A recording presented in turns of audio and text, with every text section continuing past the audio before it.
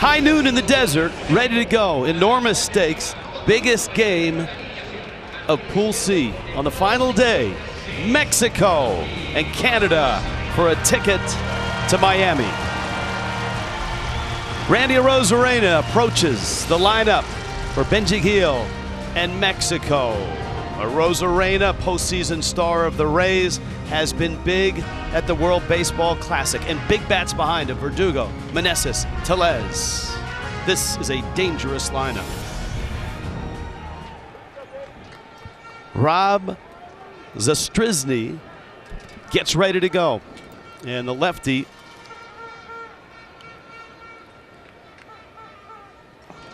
sends one to the screen. If Bob Uecker were here, and it's 1-0. Absolutely. Zastryzny, AAA with the Mets and the Angels last year. He made 6 starts, 34 games overall. And Arozarena comes out of his hat. Fastball, changeup, curveball. And Arozarena was 0 for 3 with a couple of strikeouts against Great Britain, and they were throwing him nothing but off-speed stuff. Let's see how Zastryzny does today. Arozarena, despite that Great Britain game, big numbers here: 5 hits, 3 doubles, and a home run. Yeah, he has been the emotional catalyst for this team. There's no doubt about it. He's 28 years old, of course, the star of the Tampa Bay Rays.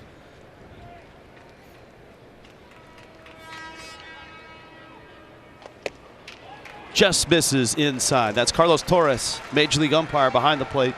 Doug Eddings at first. Jonathan Biretta is at second. Edwin Luisa is at third base. Zastryzny.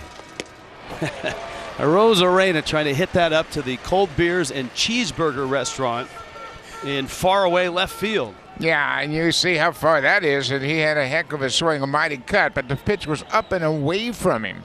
We've talked about him all throughout this pool play, how he is such a great fastball hitter, but he's had a couple of rough games lately. You mentioned 0 for 3 with 2 strikeouts last night. 3-2. Foul back just over Buck Martinez's head. I had it all away. And it's 3-2. Both these managers have had their ups and their downs just in the last 4 days. Benji Gil, of course, that loss to Colombia, that was the down. But the wipeout of Team USA, that's one of the best wins that Mexico has had in the Classic. Arozarena checks his swing, is on his way to first, shaking that right hand. Yeah, and you can see the umpire, Torres, the home plate umpire, asked at first base whether there was a swing attempt, and the first base umpire, also a Major League umpire, he said no swing. Doug Eddings is down at first base, and here's the pitch, and it hits. Boy, I don't know if it hit his hand. It looked like it hit his back. It looked like it hit above his top hand. Let's take another look at it. This is reviewable, but I don't know if there's definitive video evidence to overturn. I tell you what, it was pretty clear to me. I mean, just looking at it, and Canada, they're going to challenge it. Take another look at it, as Arozarena has been attended to by the trainer, but Canada has asked for the review here. First batter of the game. Ernie Witt all chips in right away, right? You get one review. Let's listen.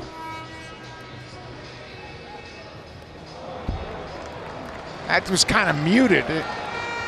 And there's Torres asking whether or not he had attempted a swing at it, and then Benji Gil comes out to check with Arozarena. If he swings at the pitch, all bets are off. It could hit him in the thigh, for that matter, and it would still be a strike. But he didn't swing. The question is, wow, that doesn't look like it hit his hand at all on that look. No, it sure didn't. And you know what? They go to New York. They look at the review of every angle they have of this bat attempt. This is difficult to tell from this side. It's so quick, but it looked like it hit so high. But he tries to sell it. Oh, man, I can't believe that didn't break my hand. It didn't look like it hit his hand at all, and they're taking a long look at it in New York. again, the original call holds enormous weight here. You have to have 100% certainty to overturn. And if it is overturned, it's simply a foul ball, and he would come back, and the count would still be 3-2. Now, the umpire is telling the Strisny that he can throw because of the extended weight on the decision from New York. So he'll throw a couple of warm-ups, and they have awarded him first base. So the call on the field stands. Yeah, we're not able to delineate between call stands and call confirmed, but my money's on call stands there. Yeah, not enough to overturn. Yeah, it wasn't that clear looking at the various angles we had on replay review. But Canada loses their challenge. I mean, with the first hitter of the game, that's a real gamble. Well, that shows you what's at stake in this game. Ernie Witt took a chance. Here's Verdugo now, and he takes a strike. Of course, once you get past the 7th inning, umpires can initiate the challenges on their own. And as a manager, you can go out and suggest, I really would like a look at that.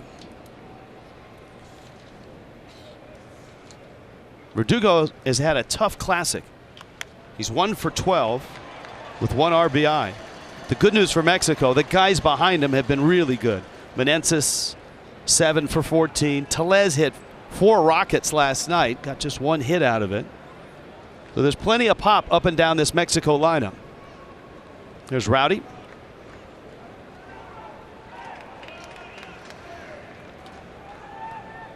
Canada turned 3 double plays early in the game last night. Yesterday afternoon, against Colombia.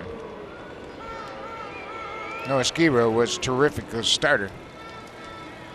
No runs, 5 hits. He faced the minimum over 5 innings because of those 3 double plays.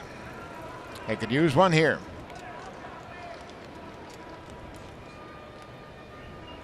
Oh, 2. Lined into right field. Casey is there, and he makes the catch. That's another bullet for an out. I hit it hard, and you were right. Verdugo really hasn't had many good at-bats. That was the best at-bat so far for him. He hit that one right on the button. Strisny, his arsenal of pitches, 4-seam fastball. He'll throw it a lot. He drops the curveball in there occasionally. The changeup is pretty effective to right-handed hitters. Strisny is from Edmonton, Alberta, Canada, 30 years old. He has pitched in the Cubs organization. He is currently with the Pirates in spring training. He has appeared in 3 games this spring already. Throw over to first. So Strisny was a college player, played at the University of Missouri before the Cubs drafted him. Menenses has been enormous. His performance against USA will be talked about for a long, long time, not just in Mexico, but also throughout international baseball and this tournament. Those 2 home runs in front of a sellout crowd were quite a moment. 2 home runs, 5 RBIs in his game against Team USA. His first inning home run, 109 miles off the bat. And then the 4th inning home run that resulted in that terrific bat flip. Well, it was the classic bat flip, certainly the best one I've ever seen in the classic. Arozarena still at first. And a little roller up third. Toro charges, and he's got no play. And Mexico is set up first and second with 1 out. And Rowdy Tellez is coming up. Now, we told you about his dramatic home runs, and this is the flip side of that. A little dribbler up the third baseline. Toro makes a good decision here. The Strisny's not going to get to it. Toro has no play, and he wisely just tosses it to the middle of the diamond. And that's this swinging bunt up third baseline, and Mexico has something going here early on.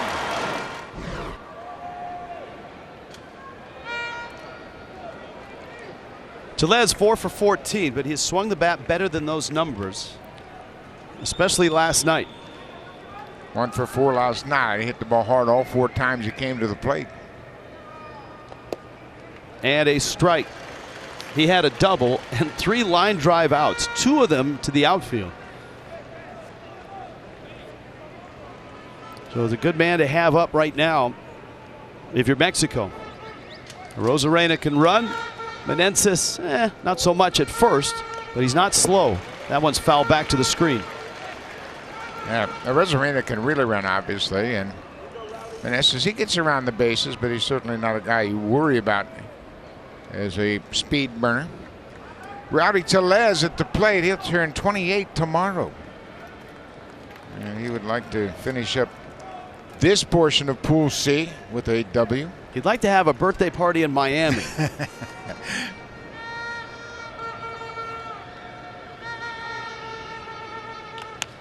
Soft line drive and a foul ball. The pitching matchup, at least the starting matchup, seems to favor Mexico.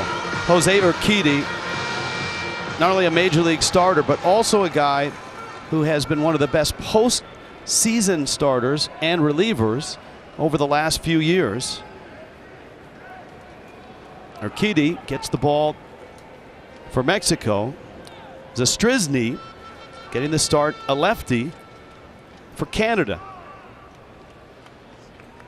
And oftentimes in these games, that's a balk. Zastryzny with a huge mistake, a balk, and now the double play is gone. Yeah, and it looked as though he got confused with the signs. He's set there, and then you can see he broke his hands before he stepped off, and that was clearly a balk. I mean, it was such an odd move. It took the umpires to reckon, what did I just see? But it clearly was a balk. Infield's back, and Tellez, soft serve, base hit. Arozarena scores. Menenses scores. 2-0 Mexico, and Canada has given up 2 early runs. And boy, does that balk hurt. Well, the balk hurts, the hit batter hurts, and the little dribbler up the third base line.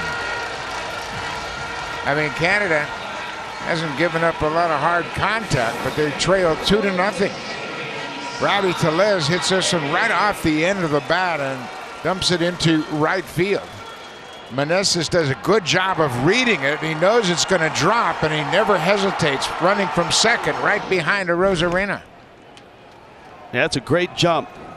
Tellez, finally some justice after last night.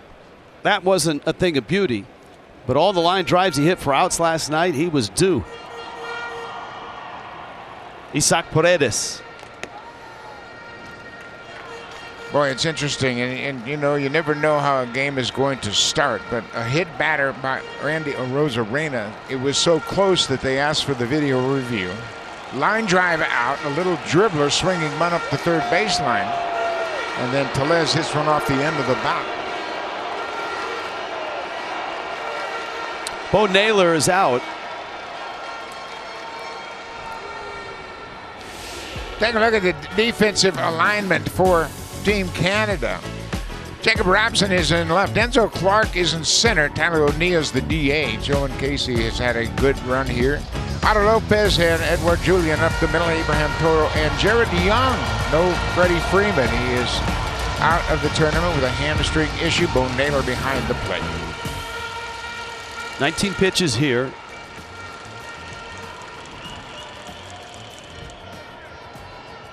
The 2-0. Both bullpens are ready to go.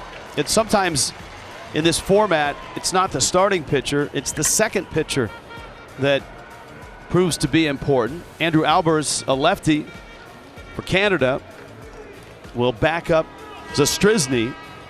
And Luis Cessa, who pitched really well early in this tournament, is the man that Mexico probably will go to after Urquidy. I see Philippe Omar. He is probably loosening up if Strizny can't get out of this inning, but they do look for Albers to give them some length today. And they'd like that length to come in the middle of the game, but right now the urgency for Canada is Mexico first and second again.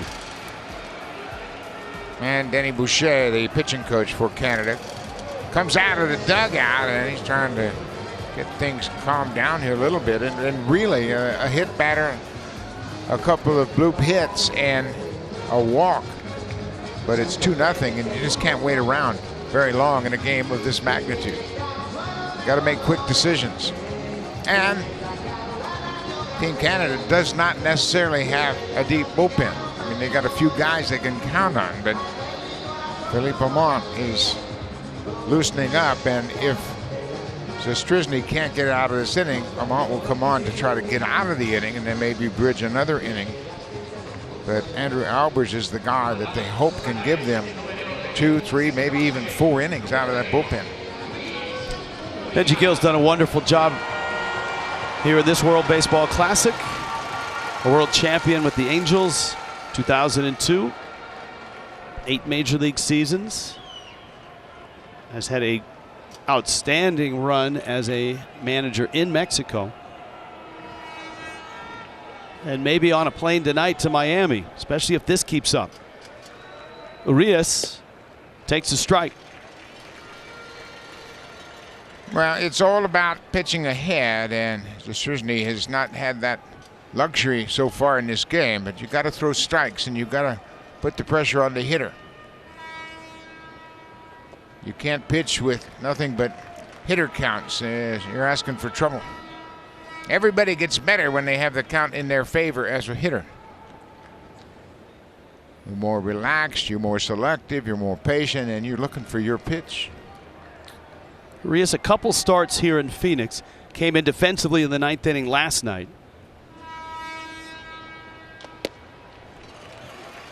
Outside corner. 1-2. Yeah, and we had mentioned Strizny not overpowering. His fastball would be 89, maybe top out at 91. So he has to locate as he did on that last pitch.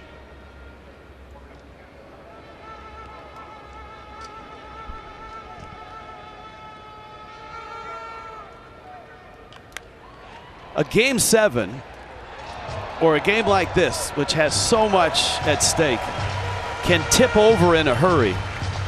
And it feels like Canada needs to get out of here and give up just the 2 runs. And if Mexico pushes off a couple more runs across, then all of a sudden that changes the whole dynamic of this game.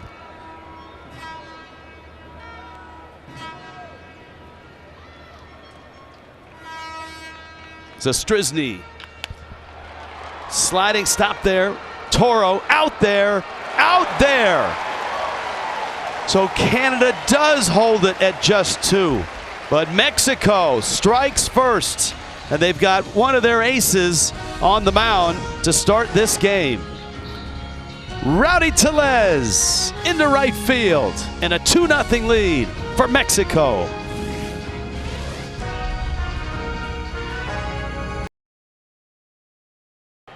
Well, the challenge for Canada, erase a 2-0 lead. Not easy against this guy, Buck. Jose Urquidy, 27 years old, a terrific pitcher from Mazatlan, Mexico. Of course, he is with the Houston Astros, 4 big league seasons with Houston, a 24-13 career record. Last year, he made 28 starts, 29 games overall, and pitched 164 in the 3rd. Julian rips that one. Verdugo slid by him, and Julian, who has been a tone setter for Canada, little antler action, is at second base. He has been outstanding, and of course he had a first pitch home run a couple games ago, and he says, you know what, we're down already and I'm going to get something going. This fastball, boy, it goes right out of the heart of the plate. He got a great swing. He can really swing the bat, and boy, this is exactly what Canada needed. After falling behind top of the inning, Julian says, hey fellas, we're not done yet. Lots of baseball to be played. He's at second. Here's Toro, and he swings and misses. Well, this is where Freddie Freeman would be in the lineup, but he has that hamstring issue. He is out of the pool play from this point on. But he spoke to his teammates today before the start of this game. Yeah, I mean, that's mixed feelings for Freddie. I mean, he really wants to be here. His hamstring being examined today. And so Ernie Witt knows that they're going to have to do it without Freddie to get to Miami. Yeah, and Freddie, he was terrific, telling the team how proud he was. He wanted to be here, and he said, don't forget, I'll be watching, boys. So go after him. Go get him. Urquidy misses outside. And don't forget that Canada fell behind Great Britain, and it was Julian who came up down 3-0, blasted a home run, and it just felt like from that point, Canada erased the memory of that 3 runs and went on to score 18 runs in that game. Toro, and that's going to be out of play. All right, the rest of this lineup for Team Canada. You've seen Julien. Tyler O'Neill's had a really good series. Otto Lopez had a really good yesterday with a triple and a home run and a solid classic for the young shortstop. 2-2 on Abraham Toro. Julien bluffs. Toro, line drive, base hit, center field. Julien a late start, and the throw from Thomas is cut off. Wasn't sure if that was going to get in. The reason he wasn't sure was he took a big break as if he were going to steal third. And then he was kind of out of position to get a read on it. Had he not done that, he would have known this was going to drop. You can see him break toward third. Now he's not sure where it is. Hesitation, and Kim Leeper, the third base coach, has to stop him. There's the hesitation, and Leeper getting an eye on the center fielder. Thomas says, you know what? Nobody out. Let's let our big right-handed hitter hit here in this situation. But because he was thinking about stealing third, he had 2-3 big steps toward third, and he was out in no man's land when that ball was hit. O'Neill has been Canada's best hitter here in Phoenix. 7 for 11. Couple extra base hits. You got Jared Young, the left-handed bat on deck. Jose Urquidy with the 0-1 pitch. And it's up. We talk about a Game 7 and playoff pressure, and winner goes to Miami. Urquidy is built for this. He has experienced this. 5 World Series games, 2 starts, 3 relief appearances, an ERA of 1.23, and a record of 3-0. Yeah, and he's 27. He's established. He's pitched in great games before, big important games, much like this game, so he knows what it's all about. Just has to minimize the damage here. You have runner at third base, runner at first base. You see the defense in the outfield, especially shaded toward right center. Alex Thomas, a terrific center fielder on the right field side of center. Check swing, did not go.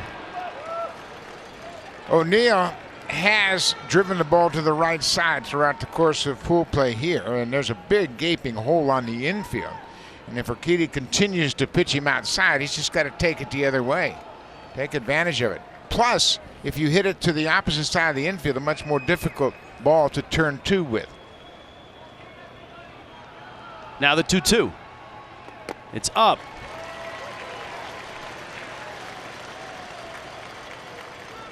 One thing we have learned about Team Canada is there's no give up in this roster.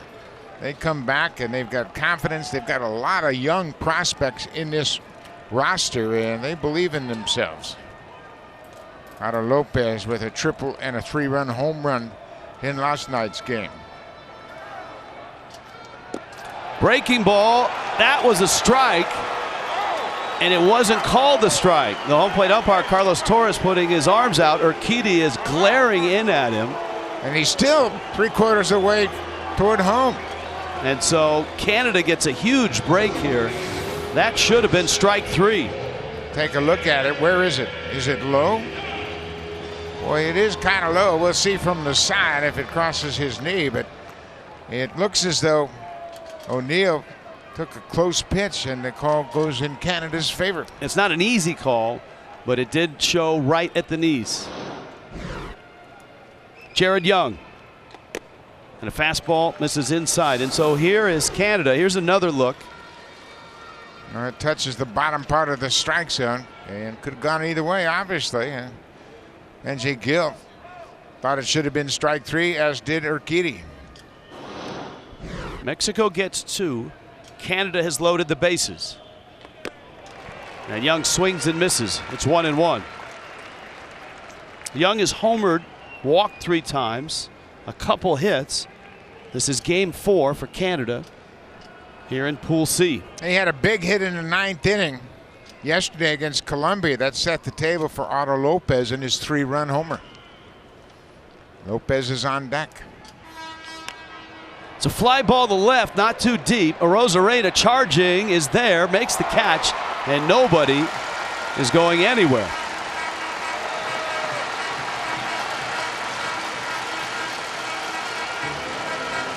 One out. And a big out to get for Urquidy, who, if he can roll a ground ball here, can get out of the whole inning. Right, and Ernie Witt has a very productive young hitter. Blue Jays prospect Otto Lopez, triple in the 8th. Yesterday, 3-run home run in the 9th. And he's got power to the alleys, both left center and right center. And they're playing him more towards that right center alley in the outfield as Urquidy misses away. All throughout the course of history, hitters practice this situation. Man at third base, less than 2 outs, get something in the air, keep it off the ground, give your team a chance to score.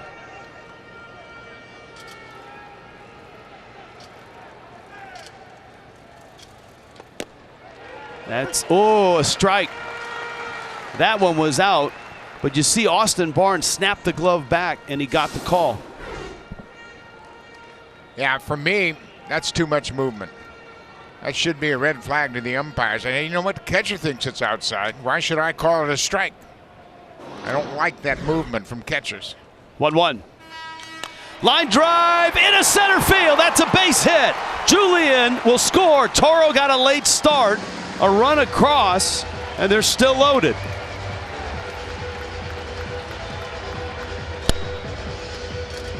What a series for Otto Lopez. Another RBI. A line drive right back up the middle off the end of the bat. Runner at second base. Toro had to make sure he was safely down in center field. Julian comes in to score. Toro moves to third, O'Neill to second, and Lopez keeps the bases loaded. Best case scenario right now for Canada. They gave up the 2 runs. They've got a run across. They've got the bags loaded. And the next pitch from Urquidy will be his 20th. Remember, 65 is the pitch limit. So if you can run those numbers up early, you may only have to face him for 3 innings. Here is Bo Naylor.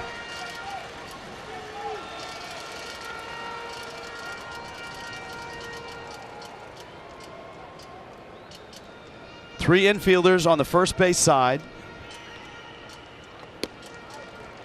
And a strike to open the at-bat. Naylor drove in the first run against Colombia with a base hit in the 4th inning in yesterday's game. That gave them a 1-0 lead. And they would add 1 in the 8th and 3 in the 9th and beat Colombia 5-0. That one catches the corner. Pitch limits in pool play 65. Quarterfinals, you get 15 more. Championship round, it's up to 95. Urquidy out in front of the young catcher, 0-2.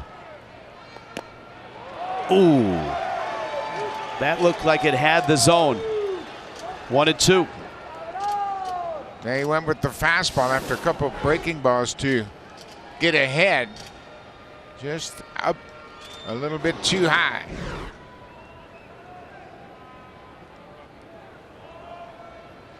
Again, another situation with 2 strikes. You want to shorten up, put the bat on the ball, and try to get the ball in the air.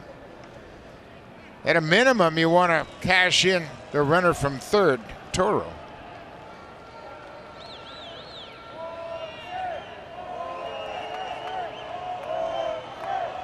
One, two. That's low and in, and Naylor with the count even at 2 balls and 2 strikes. Julian doubled, Toro singled. The walk to O'Neill after Mexico thought they had him struck out. Shallow fly ball from Young, and Lopez found center field to drive that man in. Julian. Naylor ready, Urquidy ready. And the 2-2. Jammed him, and he fights it off. We have talked about Freddie Freeman not in this tournament any longer with that hamstring injury, but Team Canada has 8 top 30 prospects on this roster. Each of them in the top 30 prospects of their respective team, and that is 8 total, more than any other team in the World Baseball Classic. So Ernie Witt's got a lot of young players that are going to be the backbone of this team for a while. Naylor swings and misses. Urquidy gets a big strikeout. And now there's 2 outs. Big curveball. He started the at-bat with a couple of curveball strikes, trying to get Naylor to chase the high fastball, and finishes it off with another good curveball. And you can see Naylor way out in front. Tough pitch to take. Tight spin on that breaking ball, and difficult to identify. And yeah, it's low, but you can't take a close pitch like that with 2 strikes. Owen Casey now on the younger end of the prospect list. Just 20, and he fouls it back. And you kind of set the whole storyline there in motion, Buck, when you talk about Canada. Yeah, they do have some major leaguers, right? But Freeman's not here anymore. Most of their team are guys between 20 and 24 and prospects. Good prospects, for sure. Mexico is packed with major leaguers. Roller. And that's Trejo on the shift, who goes to first and gets the out. Canada gets 1 back. Urquidy gets out of the inning with just 1 run of damage. This is a game 7, right? Winner gets a ticket to Miami. And it's 2-1 Mexico.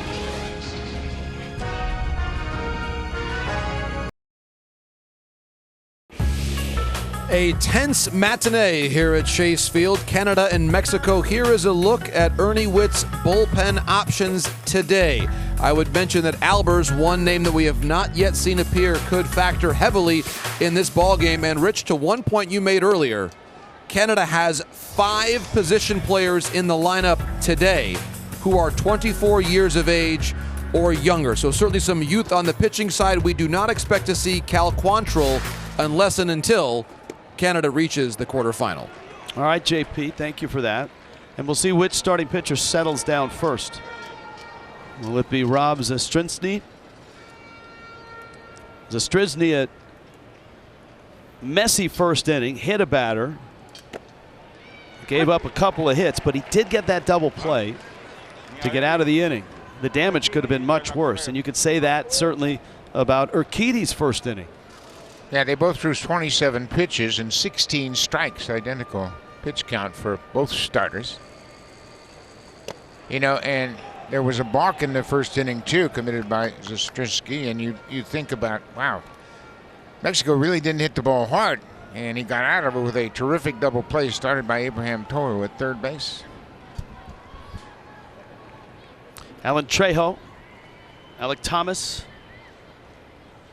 Austin Barnes, bottom third of the order for Mexico. Andrew Albers, the guy that JP just noted, he's a lefty as well. He's probably a guy they want multiple innings out of, but they'd like to do it in the middle of the game rather than right now. And you saw Philippe Aumont up and loosening up. As you've noted, that was probably just to get out of the inning or maybe just get a few outs. Mexico's got their guy lined up to pitch as well. That's Luis Cessa. And Urquidy-Cessa tandem is pretty darn good for Mexico. They've got to feel good about that right now. A lot of Major League experience, and the flip side of it is the Team Canada is just kind of patching things together. That's pretty good patching it together right there. That's a strikeout. And the first for Zastryzny. And you hear him a good changeup right there. This is an important part of the lineup for Zastryzny. He has to really handle the bottom third of this order and get back in the dugout. Let his hitters get back on offense. Thomas, terrific young outfielder of the Arizona Diamondbacks. Couple hits in 9 trips.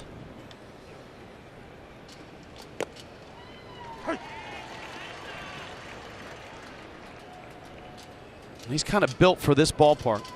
One of the reasons they traded for him from the White Sox. Good speed, a lot of great coverage in the outfield. It's a very big outfield here at Chase Field.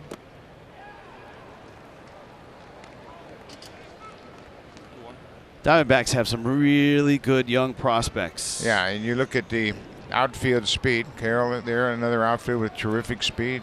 They've got pitching, they've got a little defense. Pedromo at shortstop, number 3 prospect. That was going into 2021. They don't have Jordan Lawler on there. That's the shortstop that they really like here in the desert. That's a fun team right now. Big gap in right center. Thomas runs well. And a 2-2. That is strike 3 called. I think he may have heard the patching it together comment because he has carved up Trejo and Thomas. Well, they have a couple of guys that they had hoped to have on the team, and Nick Pivetta and Jamison Tyone, but this is a good fastball, and Thomas is locked up. Back-to-back strikeouts, and right down the middle he was looking for something soft and got the best fastball that Zastryzny has thrown to this point, 94 miles an hour. You just never know with starting pitching, as JP said. It's unpredictable in this tournament. Here's Austin Barnes. Has a double among those 3 hits. Fastball up high. Sometimes you get Taijuan Walker, like last night. 4 innings. I mean, he was an all-star 2 years ago. Struck out 8. He was dominant. Lance Lynn looked all of that with his 5 innings against Canada. And then sometimes you get Cal Quantrill, who came out, coming off a career year with the Cleveland Guardians. He didn't pitch an inning against Great Britain. He went 2/3 of an inning, gave up 3 runs, and left after 37 pitches. Yeah, their first 2 starts, they got a total of 1 inning combined from their 2 starters. Zastryzny walks Barnes. That's going to bring Arozarena up. And this is the benefit of having Arozarena in the leadoff spot. If you got a guy in the 9th spot who's getting on, Arozarena goes from igniter to provider. Yeah, and that was the point I was trying to make about the bottom third of the lineup. You got to take care of business, and you'd love to face Arozarena with nobody on and no outs.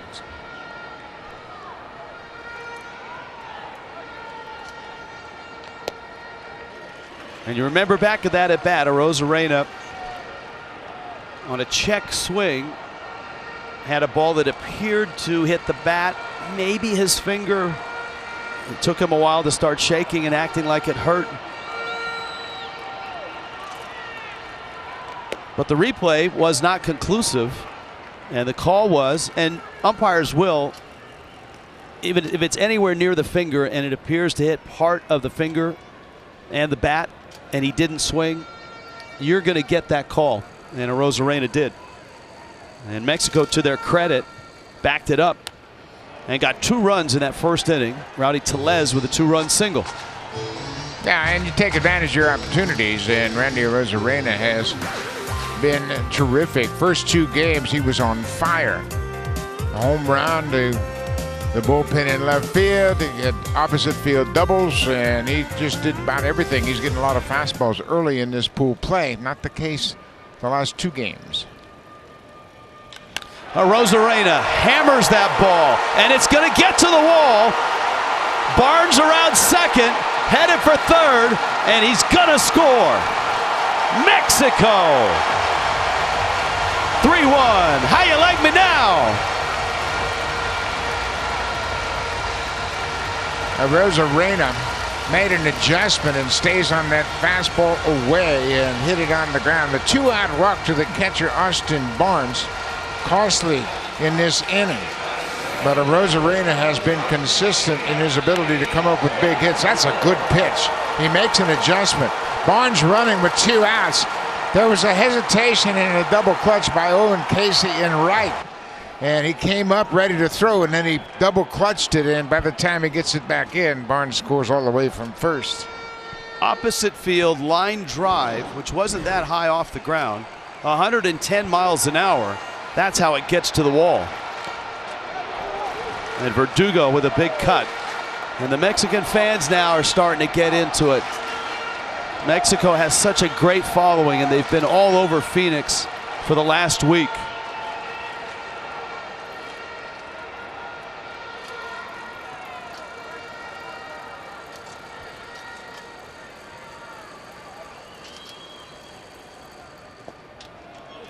Good job by Naylor getting over in front of that ball to keep Arozarena from moving up. Naylor's had a good 4 games here. He's done a nice job calling games, coming up with a couple key hits, and doing a good job behind the plate. Philippe Amont back up in Canada's bullpen. Slow ground ball. Lopez to his left gets there and gets the out. Mexico adds a run. Jose Urquidy threw 27 pitches in the first inning, meaning this information could be relevant rather soon. The good news for Team Mexico, Adrian Martinez has yet to pitch in the Classic. He is rested and ready to go, potentially for multiple innings, as is Luis Cessa. So Benji Hill's bullpen is in very good shape overall. Some more good news, Rich, for Team Mexico. They've already scored more runs through 2 innings today than in last night's tense 2-1 win over Great Britain. Denzel Clark into left. And that's the first out for Canada in the second. Hey, JP, we took a look at how pitch limits kind of escalate into the quarterfinals and then into the championship round. Mexico has one of, if not the best rotation in the Classic, and it feels like if they get to Miami, that becomes more of a factor. It's an excellent point, Rich, and certainly Mexico hopes that Julio Urias will be rested and ready to go if they reach the quarterfinal. They would expect that to be the case. We saw last night just how great Taijuan Walker was as well. Patrick Sandoval, of course, against Team USA. Mexico has lived up to the billing as having one of the very best rotations, if not the best rotation, in the 2023 Classic. And that strength is more valuable as you advance through the rounds because of the pitch count. They can pitch deeper into the game. So Benji Gill, the skipper, has a very deep, probably the best starting rotation in the entire Classic when you consider the experience they have.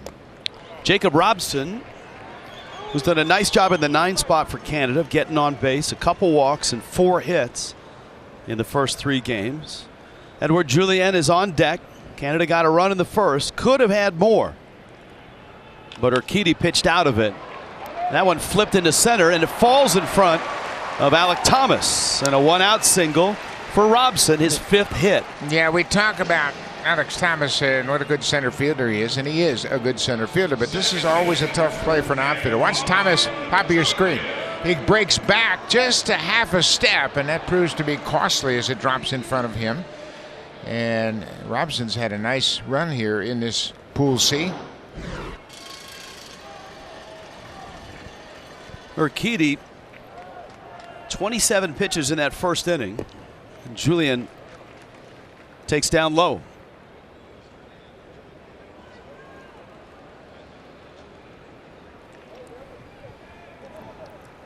Six for 10 now is Julien, 2 doubles and a homer. JP, Robson, nice fit in that 9 spot for Canada so far. He is, and the veteran on this team. Of all the 9 position players in the game for Ernie Whitt, Robson is the most veteran. He's 28 years old. A majority of Canada's lineup is 24 years of age or younger. Runner goes. Robson got a good jump, and Julien pounds it foul. Yeah, Bernie Witt giving him the green light over at first base, trying to get something going. And you know what? I think Ernie's doing a good job with his team, and he understands you just can't slug with the Mexico team. You've got to utilize the speed you have on the bases, and Robson, and of course Julian can put the bat on a ball. We've seen that throughout this tournament.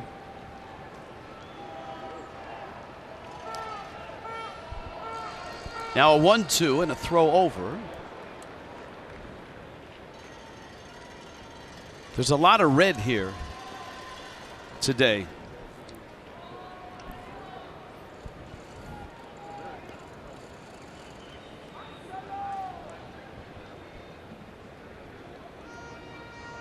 Swing and a miss. Julian, that is a rare time that he goes out of the zone and chases. Yeah, he got surprised by that fastball. The kid, he ran it upstairs, and it had a lot of movement up and away, and Julian strikes out.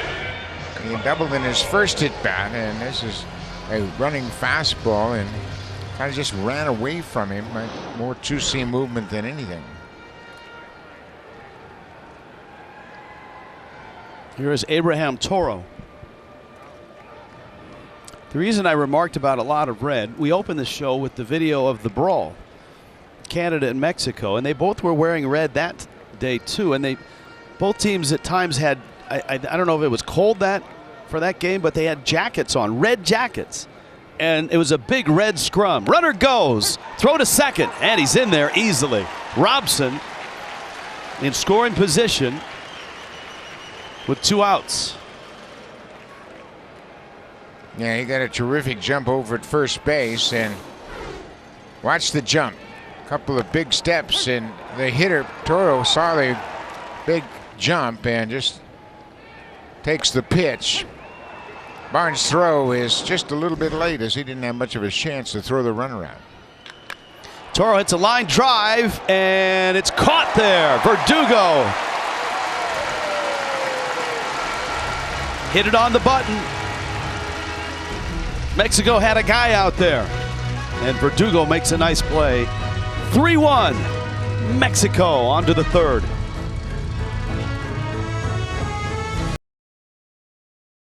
Years in the minor leagues, and finally got an opportunity last year with the Washington Nationals. Drives it, left field. Oh, at the wall, Robson went up and got it. J.B. Morosi talked about Robson and how he was a senior member of this lineup today. He does a great job, read it perfectly off the bat. Gets back to the warning truck and times his jump perfectly. Boy, look at the focus on those eyes as he stays on it. Takes extra bases away from Meneses. Philippe Armand has taken over, and applause for Robson. Here is Tellez.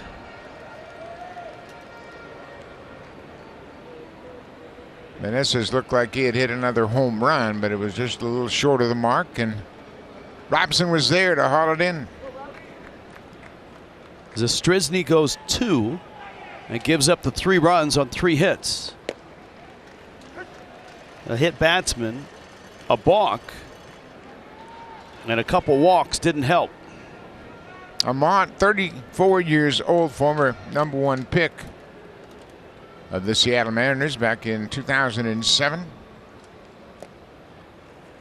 He's from Gatineau, Quebec, just across the river from Ottawa in western Quebec. Callan Daiglin and Rob Zastryzny having a chat on the bench. Daiglin is the backup catcher for Team Canada.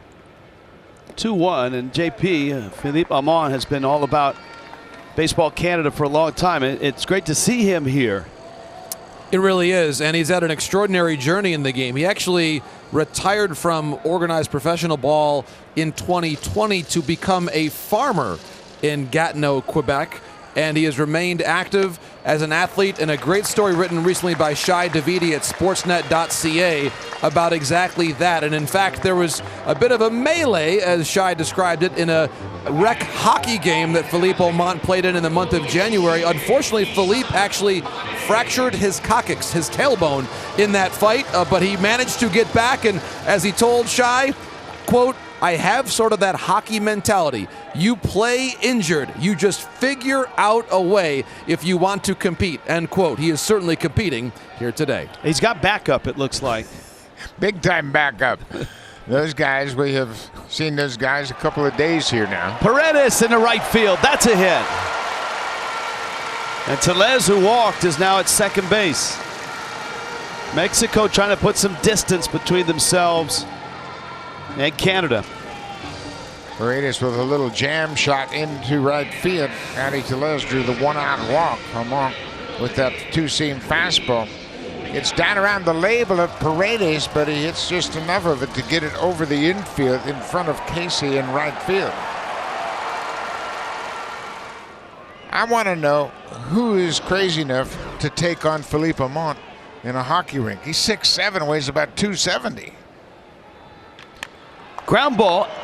Lopez, Julian to Young. And another double play. They got a big one to end the first. And another one here to end the third. Line change for Canada. And a 6-4-3 double play. Mexico on top. Bottom of the third coming up. It's 3-1.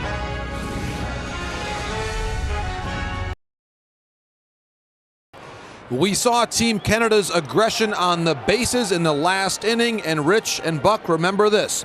11 of 14 stolen base attempts against Urquidy last season were successful. Good to know, and Canada's got speed. Tyler O'Neill, Jared Young, Otto Lopez, bottom third. Urquidy much more economical in the second inning, just 12 pitches, 27 in the first.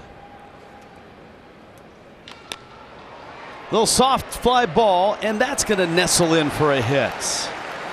And Canada has traffic again, just like they did in the first and the second. Well, for a second time in this game already, Alec Thomas, the center fielder, Alex Thomas broke back on this swing. And mind you, it's a breaking ball off the end of the bat. You can see powerful Tyler O'Neill. Watch the center fielder. He breaks back, and then by the time he recovers, the ball bounces in front of him. He's had a couple of tough reads, I'll give you that, because that big swing and then the ball's off the end of the bat, you expect it to be hit hard, but it's not. Young takes a fastball for a strike. Lopez on deck. He knocked in Canada's only run. That was back in the first. Canada out hitting Mexico right now 5-4. But Mexico is out pitching Canada with Urquidy still in the game. Canada's starter, Rob Zastryzny, goes just 2 innings.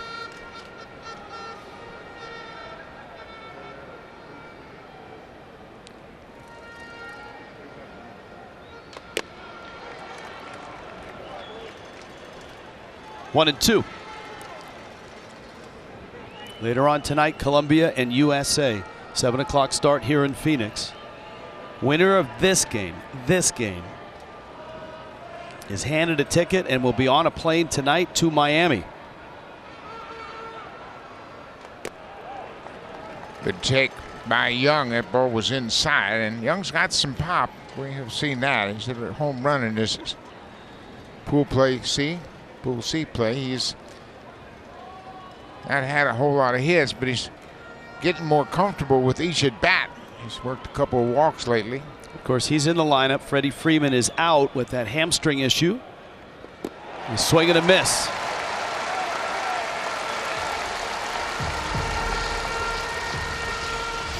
So tonight, does Colombia have a little more game in them? The United States and Colombia. Mike Trout, captain of USA. Colombia, underdogs, but plenty talented.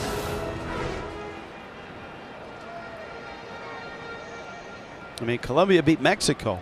Mexico dominated Team USA. But it feels like, even in this small tournament, you can't overlook anybody. Compare games and say, well, they beat these guys. Yeah, no, and these guys beat those guys. That's a great point. Yeah, and Mexico hammered Team USA. Yeah, you just never know what's going to happen on a given night. Otto Lopez had a soft line drive base hit back in the first.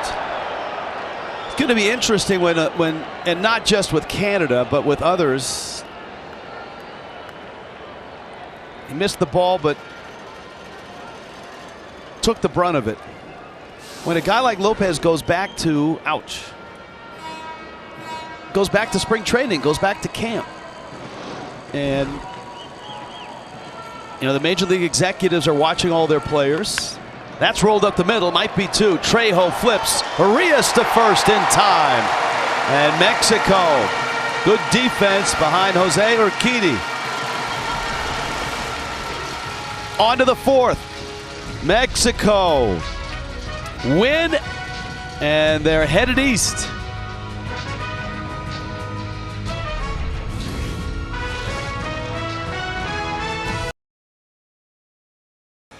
As we begin our broadcast today, we made the point. Sometimes the grandest games are decided by the smallest margins. Well, consider this. Right now, a 2-run lead for Mexico, and they've scored those 2 runs on a controversial hit by pitch and after a 2-out walk. A hit by pitch, a 2-out walk right now, the difference in this pivotal ball game. Yeah, it's a Game 7 feel. And for Mexico, if they lose this game, they are completely out. They are done. If Canada loses this game, they're close to done. I mean, they still would have a shot, but it's a long one. Colombia has to beat the U.S., and then they have to win, I think, a 3-way tiebreak formula. And tiebreaks have not been kind to Canada in the history of this tournament. It feels like it's a must-win for Ernie Witt, and we know it's a must-win for Benji Gill. Yeah, I agree with that 100%. Nobody wants to be victimized by the tiebreaker rules. Just determine your own fate and do it on the field. Yeah, Philippe Armand can still get it up there. 92 at 6'7". He's got parts of 4 seasons in the big leagues. He's got some experience. He understands if you can hold Team Mexico, and there you see, advanced to the quarterfinals as a #1 seed because of their win over Team USA. Eliminated, they go home. And it's different for Ernie Witt's team. He knows if he wins, he goes to Miami, but it's up in the air what happens if they should happen to lose. Yeah, like I said, they're going to need Colombia to beat the USA, and that throws him into a 3-way tiebreak for that last spot. Alec Thomas called out on strikes in the second. You got Austin Barnes behind him.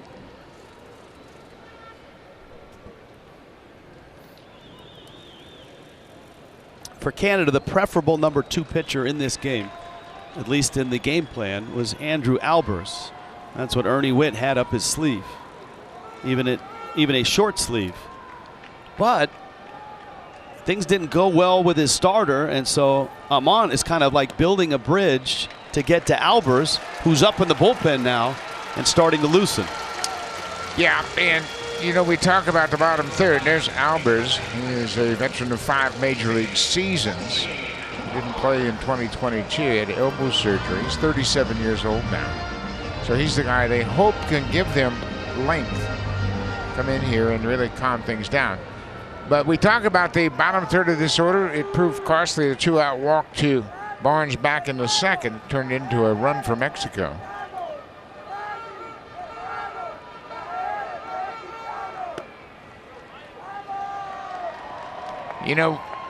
Mexico has got their great starter on the mound, Urquidy.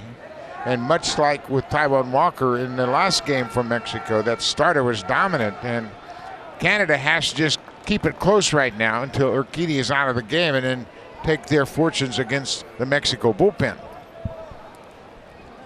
Urquidy is at 49 pitches. 65 is the limit. So you would say he's got an inning left in him. Yeah, for sure. And no one has even stirred in the Mexico pen. Almont, breaking ball, and strike. Well, and again, you don't want to face Randy Arozarena in this inning. I know you're going to have to get a double play to avoid that, but Arozarena had the 2-out double back into second. And that's why managing the bottom third of your order is so important. Take care of those guys in the bottom of the order so you don't have to deal with the big bats at the top of the order. I don't want to face Randy Arozarena in any inning. He's had quite the run here. Balloon. Robson with his second good play of the afternoon.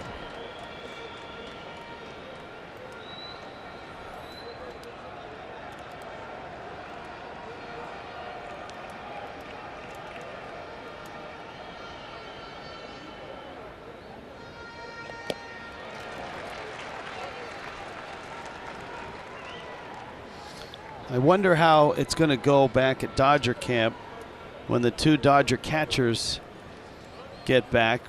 You know how it's going to go. The stolen base that Barnes had against Will Smith. Yeah. That's bragging rights, man.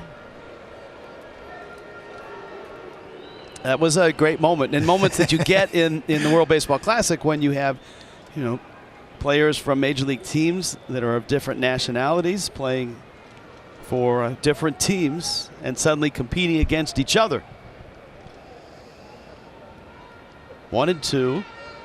Runner goes. Thomas on the way. The throw from Naylor. He's in there. Yeah. Naylor bounced the ball into second. Thomas got a great jump off Amon. It's kind of deliberate to the plate. Take a look at the jump. He had a little bit of a running lead. He bounced off once and then took off, and the throw is short. The short hops Julian at second. Didn't have much of a chance.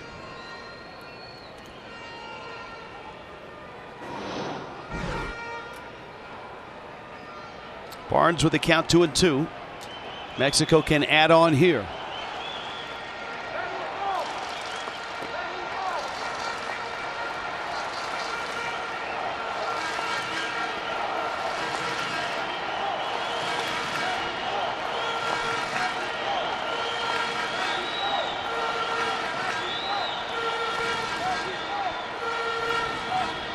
Many of these fans have been here all week.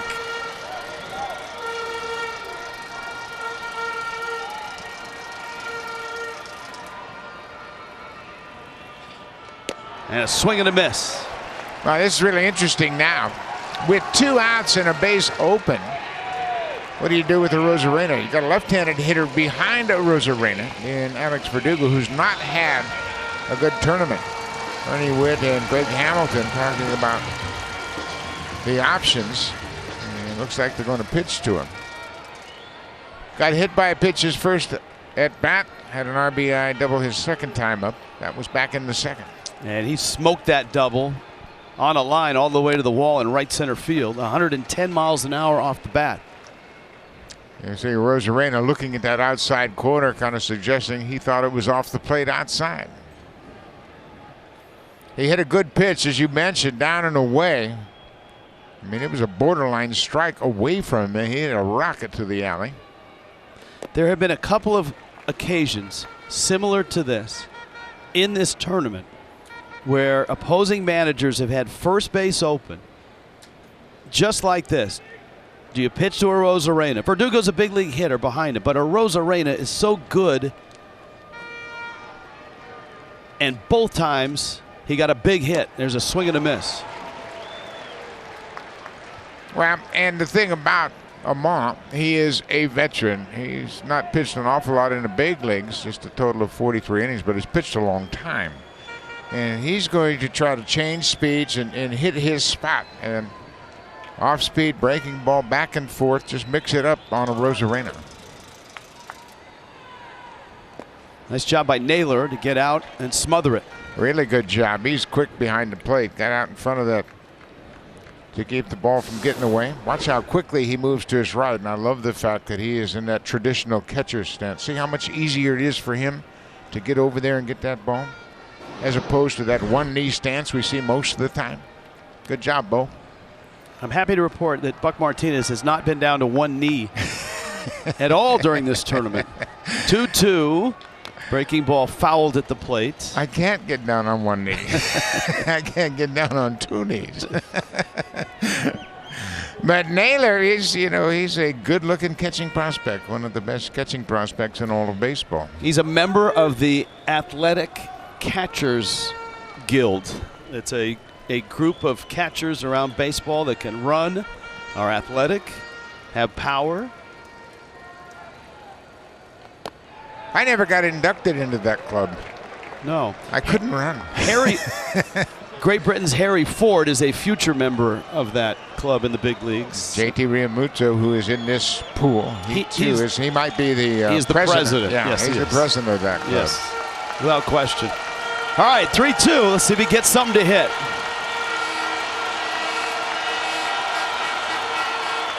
Check swing. Did he go? No swing. Now you got the lefty, and you're probably going to get Albers out of the pen.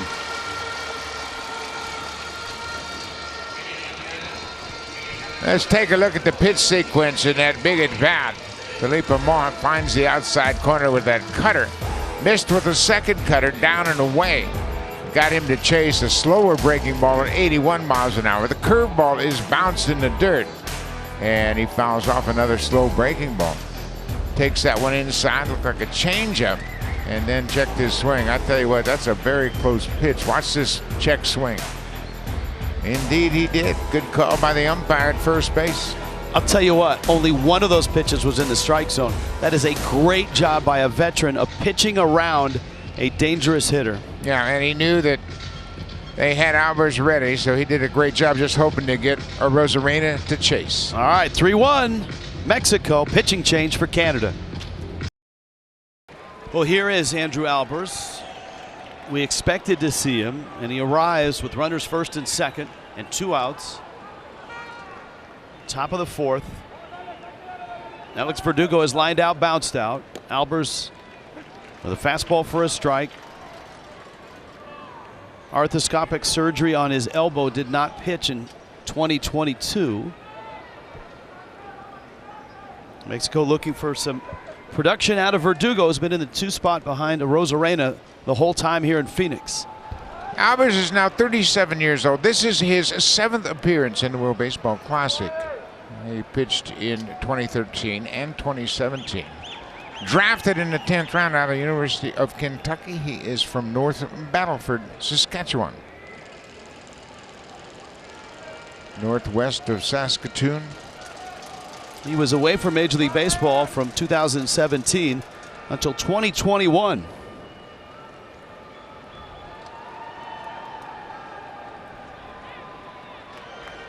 He held the ball and wants to make sure that he's thinking the right way. He's in the driver's seat. 0-2. Thomas at second. Arozarena at first.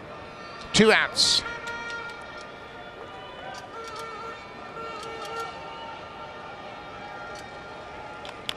Jump shot, little looper, left field. Robson lost it and then found it and makes the catch. That was high anxiety in left field for Canada. Robson made a great catch to take a hit from Joey Meneses, and watch how he loses it in the bank of lights but hangs in there and makes a terrific catch to save another run.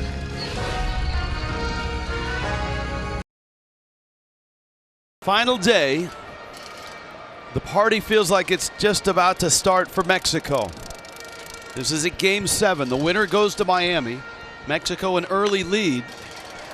Canada without Freddie Freeman, trying to find some offense in this lineup. Bo Naylor, Owen Casey, Denzel Clark. As we arrive at the young prospect section of Canada's lineup.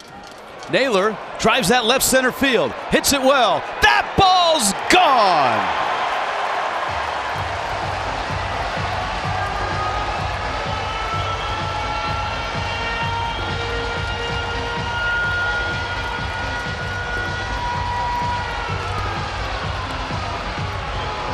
Even Urquidy was stunned. We tell you that Bo Naylor is one of the top catching prospects in all of baseball, and he's got some power. An opposite field home run to deep left center. to get them going here in the fourth. He has had quite a coming out party here in the WBC. Look at the power, look at the swing, a breaking ball out over the plate, and he stays on it. That's big time pop when you go the other way deep. Line drive left, Arozarena. Oh! Almost didn't get there. 1-run game now. Naylor's first homer of the Classic. Go back and look at the swing. Great extension on a pitch that was away from him. And Urquidy, the pitcher, he can't imagine this ball is going to go, but the ball is into the seats deep about 8 rows back, and Urquidy says, who was that guy?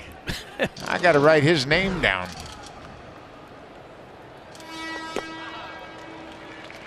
Canada has had traffic in every inning.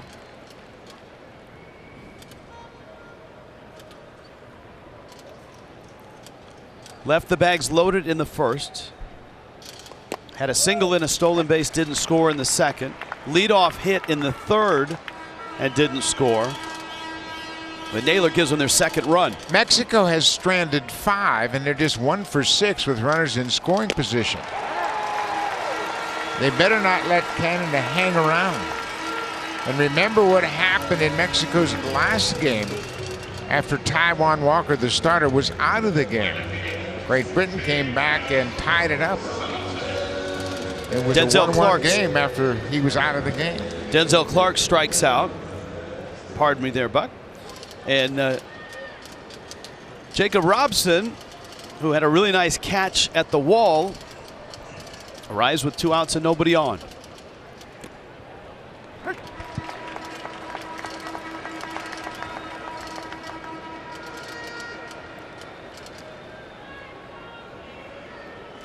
Robson spent last year at AAA with Toledo.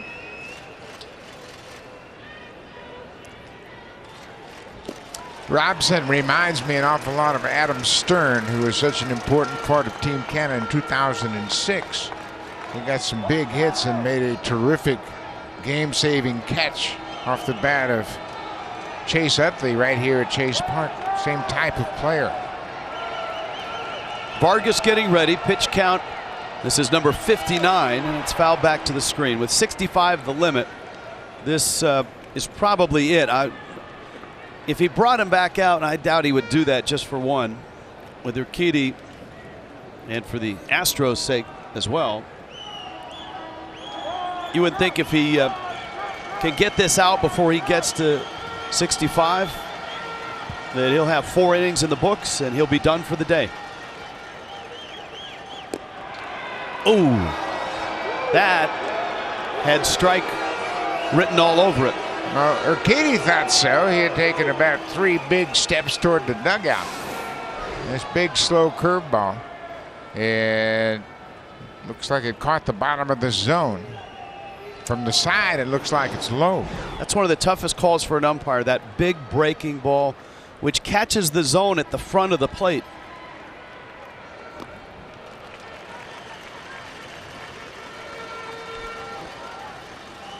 In fact, that's one thing that the automated strike zone has done when they've employed it in the minor leagues. They've moved the strike zone from the front of the plate, where it traditionally has been, to the midpoint of the plate. Swing and a miss. Urquidy gives up a solo shot, keeps the lead, dances off the mound. On our way back to the hotel a couple nights ago, these gentlemen stopped Buck for some photos and some handshakes. Buck Martinez, a legend in Canada.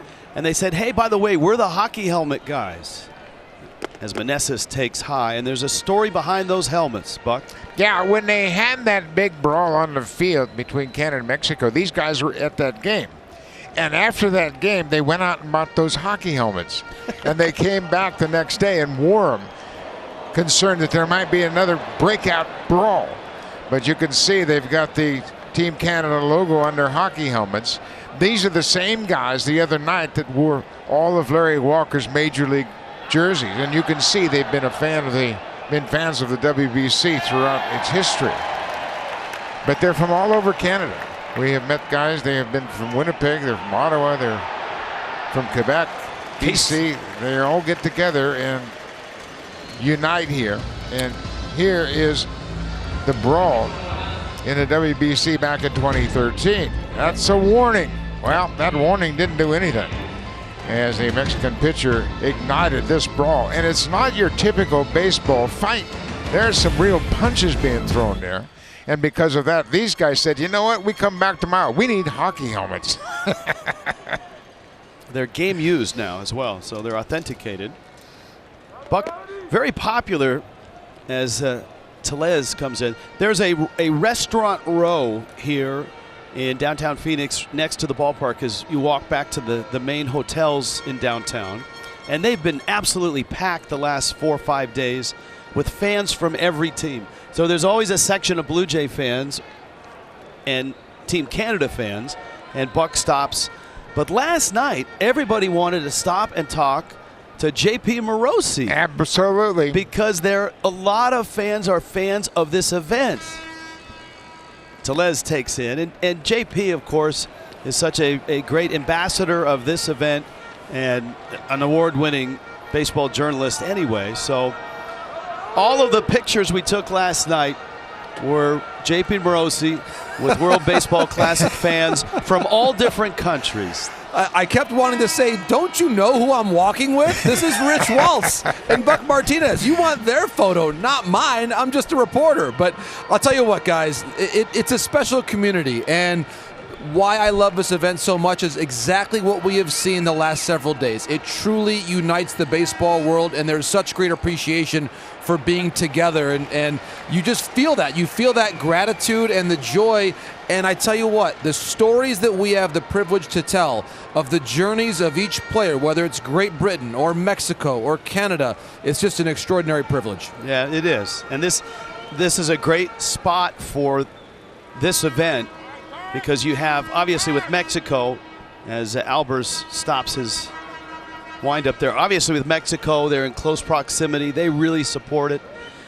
Hey, fans from Canada want to get out of the cold, just like fans from the Northeast, fans from the Northwest come down to Phoenix. And there's a swing and a miss. Well, man, talk about stories about journeys, and Andrew Albers, who's in this ball game, he has had a terrific journey. Slow breaking ball gets Tellez way out on that front foot, and he's got no chance. Albers is now 37 years old, drafted out of the University of Kentucky from North Battleford, Saskatchewan. And I tell you, he has been all over the world, literally, throwing baseballs. And he loves to do it, and he certainly loves to represent Canada. Albers pitching for a third time in a WBC for Team Canada. And this is the guy they were hopeful of getting into the middle of the game that could give him 3, maybe 4 innings. He began his career with the Minnesota Twins, and he had a historic start to his career. He did not allow a run for 17 1/3 innings in his first 2 starts. One of 2 pitchers to start his major league career with consecutive 8+ shutout innings. The other, Tom Phoebus of the Orioles on that great '66 Baltimore team. Did you face Tom Phoebus at some point? Yes. Really? Yes. He had a curveball, and he'd get up on his tippy toes and throw that 12-6 curveball. Did they call it the Phoebus, like the Ephus? No, it was a hard curveball. Okay. It was like a Jim Palmer curveball. Ah. He was part of that '66 team that featured Jim Palmer, Wally Bunker, and Tom Phoebus. And, of course, they had the great World Series against the Dodgers. 2-1 pitch is in the air. Shallow right. Casey is there and makes the catch. Andrew Albers has picked up where Philippe Aumont left off. Top of the order coming up. Julien, Abraham Toro, Tyler O'Neill, Canada, Mexico. Biggest game of Pool C. This is a playoff game, a Game 7, and Adrian Martinez enters. Mexico and Canada. Winner gets a ticket to Miami. An entry into the quarterfinals. Martinez signed originally as an amateur free agent with the Padres back in 2015, and he was traded to Oakland last April in a deal that sent Sean Manaea, the big left-hander, to San Diego. I like this. We got hockey helmets on one side, the luchadores masks on the other side. It's great music in here. Julien has doubled and struck out. And there is a strike. Well, I tell you, Canada is right where they want to be. They've got the starter out of the game, and they're within striking distance, trailing just by a run. Top of the order, and they're in the 5th inning. Urquidy went 4, gave up the 2 runs, including the home run to Bo Naylor last inning. Julien scored after his double. Canada had a chance to get more in the first, but Urquidy had a strikeout of Naylor and a ground out from Casey. Kind of uncharacteristic swings from Julien.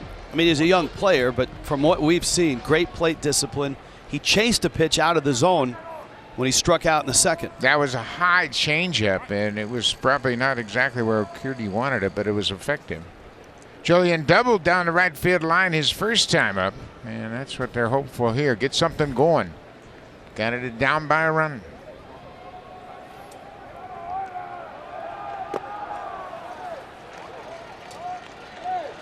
Two balls, 2 strikes. Urquidy, much like Taijuan Walker, giving Team Mexico a terrific start to this game. 2-2. And Julien fouls it back. Edouard Julien, his numbers are Joey Votto-like. Just 2 years, and we've talked about him. Anytime you're a minor leaguer and you go from single A to double A 1 year after the next, and you thrive in double A, and it's just your second year in the minors, you're doing something. You're going places. I think Julien thought he was struck out, and it looked like that pitch was a strike. Julien, Barnes, and Martinez all thought it was a strike. What's the reaction of the hitter? He takes it inside, thinks it's over the corner, and starts to walk back toward the dugout. Barnes is ready to throw the ball around the infield. Martinez, the pitcher, is celebrating. Everybody but Carlos Torres thought it was strike 3. High fly ball. Arozarena. So here's the bracket to get you up to speed. Remember, the quarterfinals over in Asia are taking place, and in fact, Cuba defeated Australia, and they are into the semifinals. The winner here will head to Miami and play in a one-and-done quarterfinal to get into the semifinals. And that ticket to Miami will go to either Canada or Mexico, whoever wins this game. Yeah, every game after the first round becomes a elimination game. And it's terrific atmosphere, obviously, from this point forward. And this is one with the slightest exception, and that is Mexico loses, they are done. Canada loses, they still have a slight hope, but a lot of things have to go right for them, including Colombia has to upset the United States tonight. Then they got to get in the pool, not Pool C, but the tiebreaker pool, which with Canada's history with tiebreakers, it's never gone well. That's the fun pool. You don't want to get into the tiebreaker pool.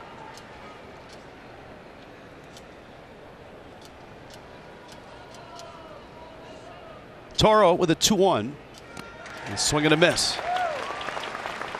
One thing Team Mexico has done very effectively is they've thrown a lot of breaking balls down and into these left-handed Canadian hitters. They have really scattered them very effectively, recognizing that they're pretty good out over the plate. But Urquidy did it effectively, and now Martinez has followed suit.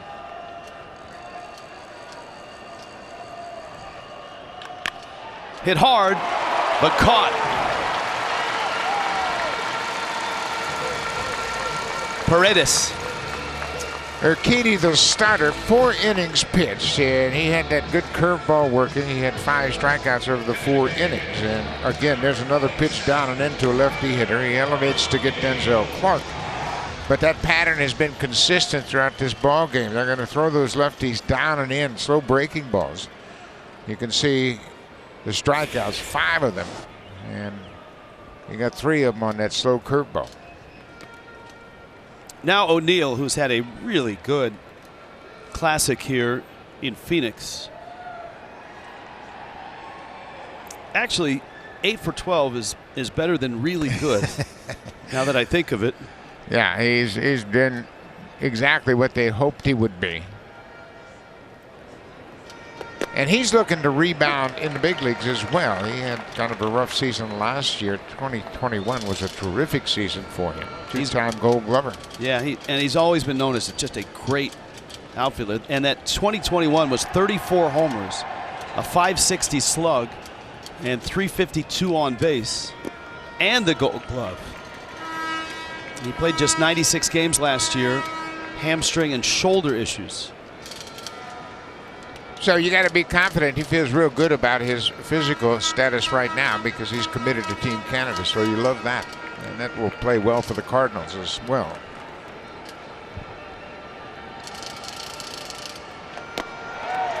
It's off the plate. Barnes tried to snap it back. There have been some calls missed that have gone against Mexico. And so anytime you have something like this that's close, you get that reaction from Benji Gill. Two-seam fastball with a lot of movement. It appears to be off the plate. Benji Gill wants to know, where's that? Where was that pitch?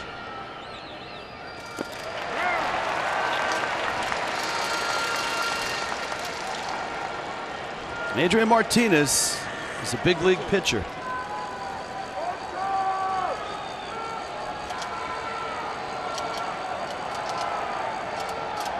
Twelve starts in the big leagues last year. 3-2. Bounces it up there, and O'Neill is on base again. I think later on tonight, if we have a moment, we may draw up our all-pool C team. Yeah, that's a good idea. And I think that guy is going to be on it. Yeah, he will. He's been on base a ton throughout these 4 games. And that curveball was well out in front, but he's had such a great run. Joey Meneses. Joey Meneses for sure. Got to be on that. I tell you what. Chavez Young, Great Britain. Harry Ford. Harry Ford. He might be the catcher. He might. 2 home runs in this series. He's going to be the catcher in Seattle for a long time, so at least it feels that way. Well, they got Cal Raleigh there right now, and he had some big hits for the Mariners last year, but Harry Ford's only 20, and he's already at night.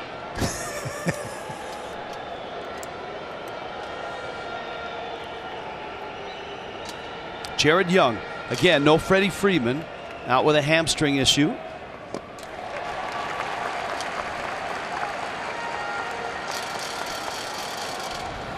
Young gets tied up there. He is 2 for 12, 3 walks, 1 of his 2 hits, a solo homer. 1-run game, Mexico on top, bottom 5.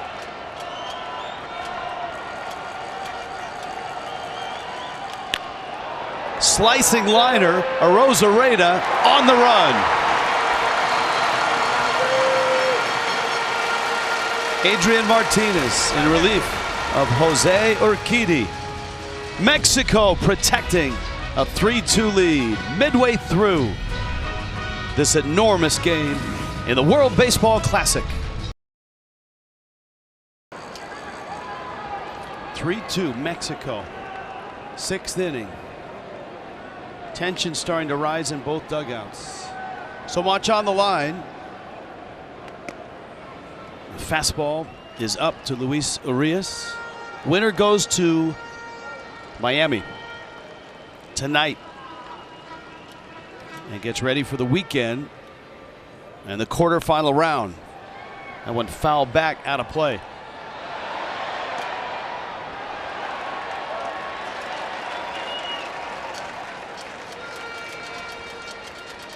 One team has advanced into the semifinals. Cuba. Cuba was 0-2 to start pool play. And believe me when I tell you, Cuba going to Miami is a seismic thing, not just in the World Baseball Classic, but in South Florida.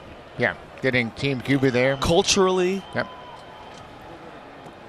And then you got to believe, Venezuela, they're in the driver's seat there. They're already going. There are enclaves all across South Florida of many Latin countries.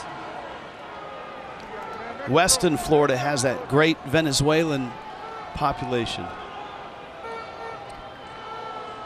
But the Cuban population, man, I mean, the ballpark is in Little Havana, Buck. Yeah. So that's going to be wild. Yeah, a great atmosphere. And it is a great atmosphere, but when you get these Latin American teams involved, they're certainly terrific. Dominican Republic, Venezuela, Puerto Rico. Great history of baseball and very enthusiastic fans. All right, runner at first, and J.P. Morosi is headed in that direction. That should be some scene. It's remarkable, Rich, and of course the first time ever that the Cuban national team will play in South Florida in the World Baseball Classic. That has never happened before. When you consider the context there, the moment is there for probably a 5-part documentary when you really think about that. Oh, yeah, and there's plenty of Cuban ball players who live in South Florida, but they've all fled Cuba. So there's that, too.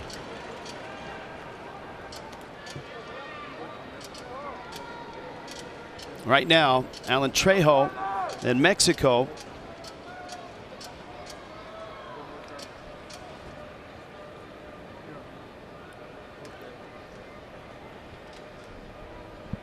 With Arias at first, trying to bunt. We've seen teams try to bunt here because these games sometimes lend itself to, hey, scratch out a run. I don't know that we've seen anyone do it successfully. I don't think we had a sacrifice bunt in this Pool C. Tony Perez Chica, the third base coach, with the runner at first. Arias. Trejo has struck out both times he's been to the plate today. Interesting. Bunting with 2 strikes. Got to get it. Gill knows how important runs are now. If you make contact, you got to get it down, and maybe not. Maybe this visit here is all about if you feel comfortable, do it. If not, swing away. Tony Perez Chica, the third base coach. It's a really good staff for Mexico. Vinny Castilla, Bobby Magallanes, Gil Velasquez. That's down low. Full count, 3-2. Yeah, you got to throw a strike here. Alvarez knows that. He's already walked one here, the leadoff man in the 6th. The start to runner. Mexico has hit into 2 double plays here. Not running. And a swing and a miss. And so Alvarez gets the strikeout. Arias never budged. There's 1 out, and we check in with J.P. Morosi. It's extraordinary, Rich and Buck, to celebrate the diversity of our great game and how many different countries are represented at the major league level. And then, of course, the WBC is part of this larger international conversation. We see one player from Brazil, Bo Bichette, in the future could represent Brazil at a World Baseball Classic. And by the way, my favorite Tony Perez Chica note, he was the player the final time that Derek Jeter was sent down to the minor leagues by the Yankees. They called up Tony Perez Chica. I once asked Buck Showalter, what was it like to send down Mariano Rivera and Derek Jeter on the same day? And Buck smiled and said, John, the real story would have been if we had never called them back up. Yeah, sometimes it's not a straight line path to success in the majors. You have to make some adjustments.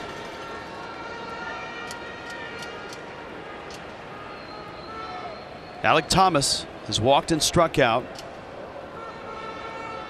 You know, Andrew Albers, he has pitched some huge games for Team Canada in the past.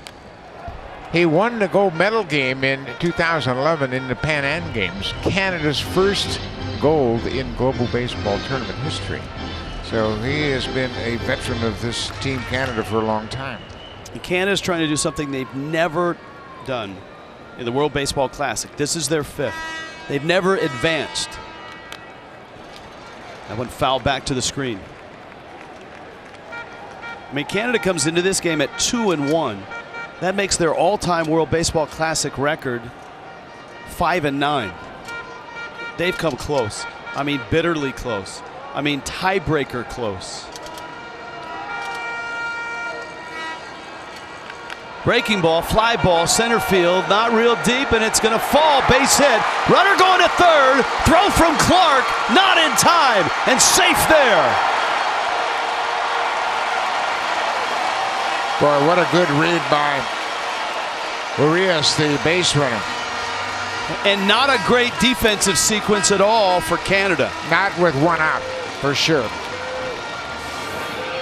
Urias gets a good read, recognizes that Clark's not going to make a play right there. He takes off around second. Now Denzel Clark makes an ill-advised throw to third base because it allows Team Mexico to get out of a double play situation. As Julian throws it back to second base, or excuse me, Toro throws it back to Julian. But it wasn't a wise decision by a young center fielder. You didn't have a shot at throwing out the base runner going to third, and you allowed the batter runner to end up at second, which takes Mexico out of a double play situation. Here it is again. And the runner, Urias, does a good job of recognizing that Clark can't make the play, and he throws a wide throw at third. Concede third base, keep the double play in order. In a one-run game, that is first and foremost, number one priority. You got a chance to keep the double play in order. Don't make a very low percentage throw. And the runner behind, Alex Thomas, does a good job of moving into second on the throw. Mexico set up second and third. And a pitching change for Canada. Cade Smith, second and third. One out. Up the middle, Canada is back in the infield. So a ground ball up the middle should score a run. Toro almost even at third.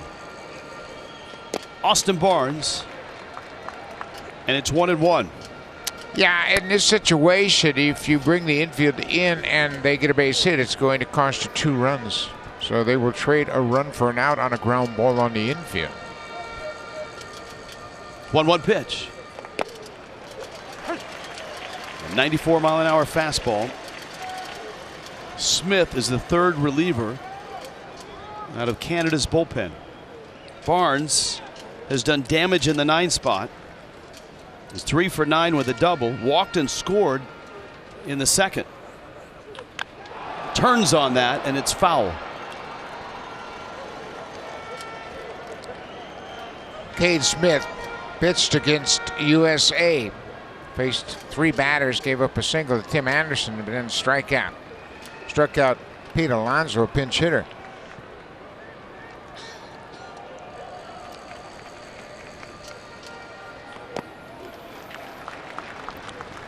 Two balls, 2 strikes. Mexico's had chances to add on. A double play erased a couple base runners back in the first.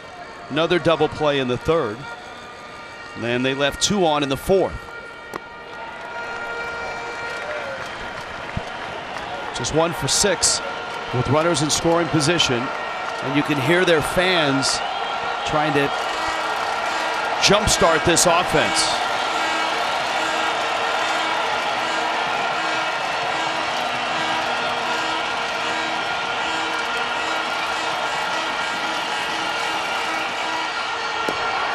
That's low, and they're loaded, and it's Arozarena who's coming up.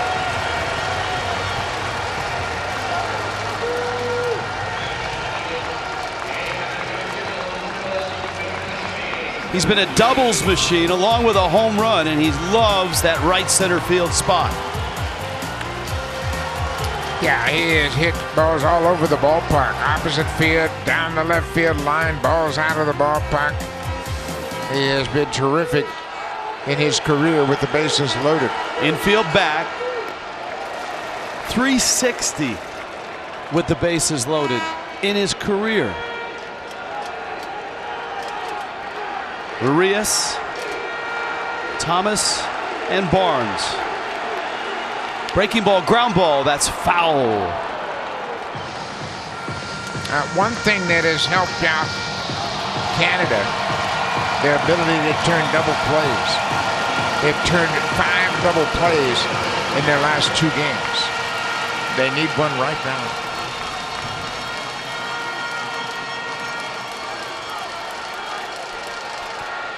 Big moment in the biggest of games in this pool. Arozarena, it's deep, it's curving, it's foul.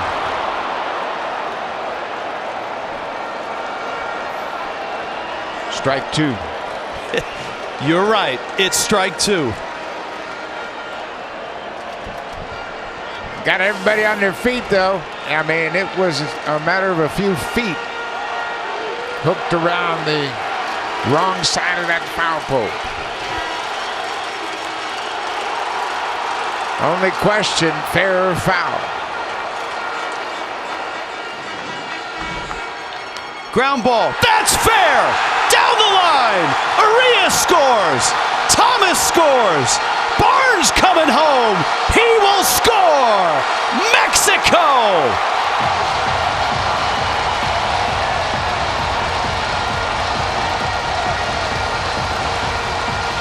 Six to 2.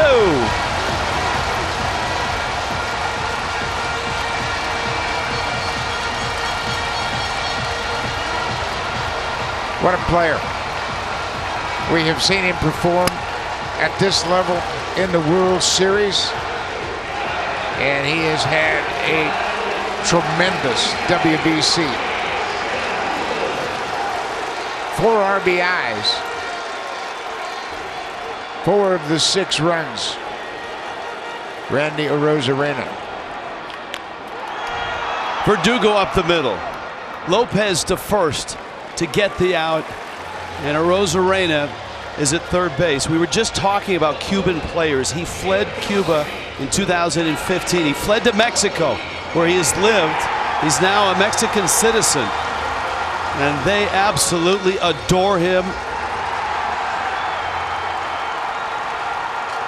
After just missing a grand slam home run, he comes right back with a bases clearing double. He's been a double machine in this Pool C. Meneses now, 6-2 Mexico. Miami is getting closer.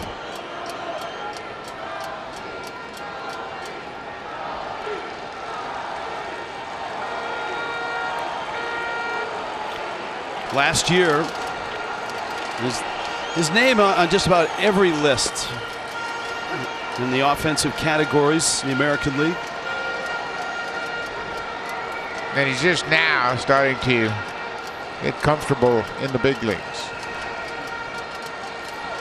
Meneses has had an enormous series here. Series, classic, week, whatever you want to call it. He's done it.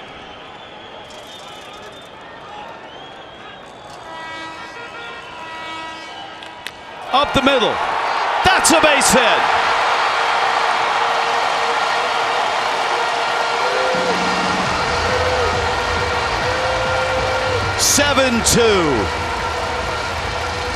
Well, Canada walked a couple of batters in this inning. Urias drew the walk of Albers to start the inning.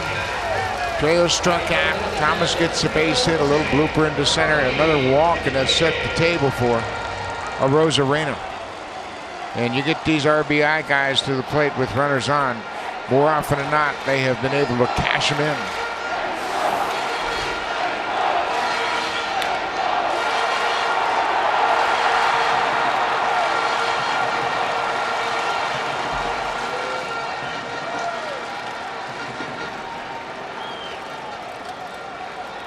And Meneses, his big week continues. 2 hits.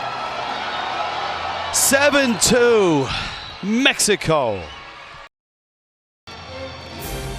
This copyrighted telecast presented by the authority of the World Baseball Classic Incorporated may not be reproduced, retransmitted in any form. Accounts and descriptions of this game may not be disseminated without express written consent.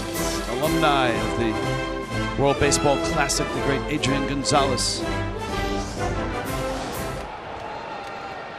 Rowdy Tellez at the plate. Joey Meneses is at first. And Trevor Brigden in for Canada. Fourth reliever in. Mexico has put 4 on the board here in the 6th. Brigden pitched in the day game yesterday in that 5-0 shutout. He faced 3 batters with a couple of strikeouts. That was in the 8th inning.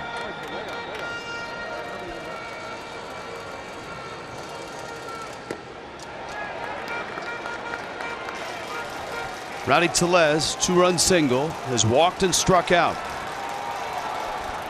Sitting on a 3-0 pitch. Cade Smith watching from the dugout.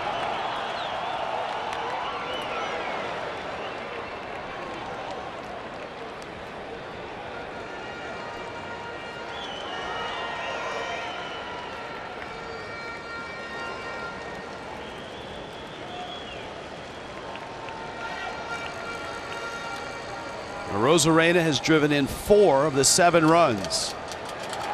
Runner on the move.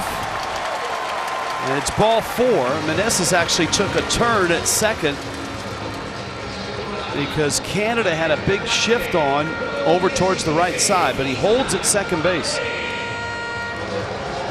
After running with chance, and let's see, Abraham Toro was near second base in the shift for Tellez, and once that runner gets to second base, he's got to hustle back over to third.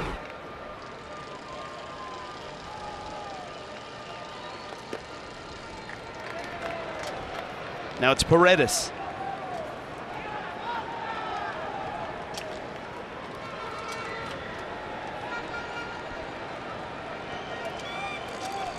Mexico has broken it open. They can crack it wide open here. Well, and once again, it just proves to everybody in the game that walks will kill you. And that's what started this inning. I think that was the reaction we saw from Andrew Alvarez on the bench after he was out of the game. He pounded his fist on the wall. I think he was upset the fact that he walked 2 and turned things over to Cade Smith in a tough situation. JP, we've been watching Arozarena, the reaction in the ballpark and in the dugout. What a day for him.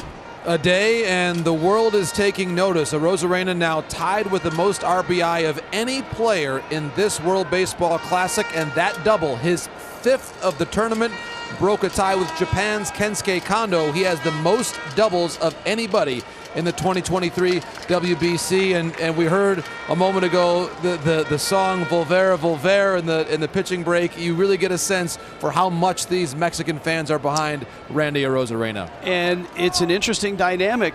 Mexico feels like they're headed to Miami, and Arozarena, who fled Cuba in 2015, now a Mexican citizen, that'll be a homecoming, somewhat, with all of the Cuban Americans down in South Florida. Swing and a miss there.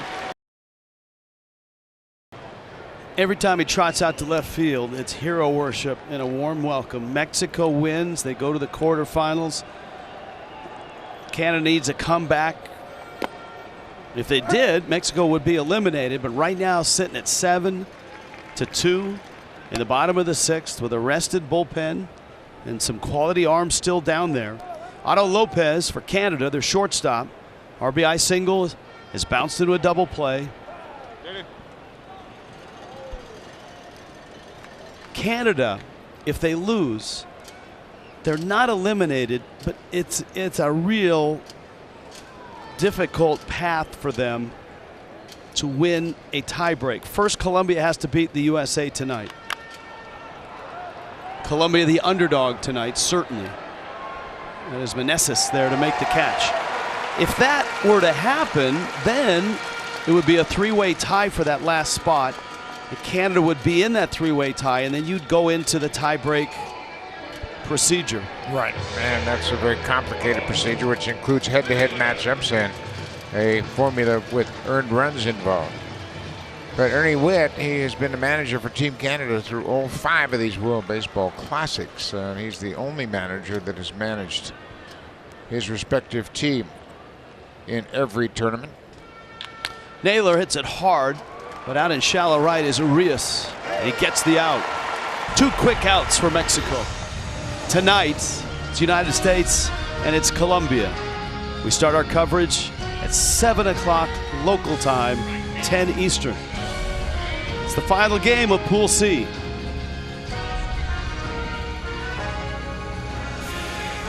And with a loss, USA could be eliminated. They would fall into that tie-breaking pool, which is not the pool you want to go in, Buck Martinez. Not at all, and you just never know how those formulas are going to work for you or against you. And you just determine your own fate by a win. There's no question. Owen Casey swings and misses. Casey's bounced out, lined out. Go back to that first inning. Jose Urquidy, of course, 4 years with the Astros, great postseason resume. Mexico had put 2 on the board. Canada a bit on their heels. But Canada came out swinging. They got the bases loaded right away. Julian a double, Toro a single, O'Neill a walk. But Urquidy was able to get out by giving up just the 1 run. Ado Lopez with an RBI single, but then Urquidy struck out Bo Naylor and got Owen Casey to ground out. That calmed things down for a while. Canada wouldn't score again until Bo Naylor hit a home run in the 4th inning off Urquidy.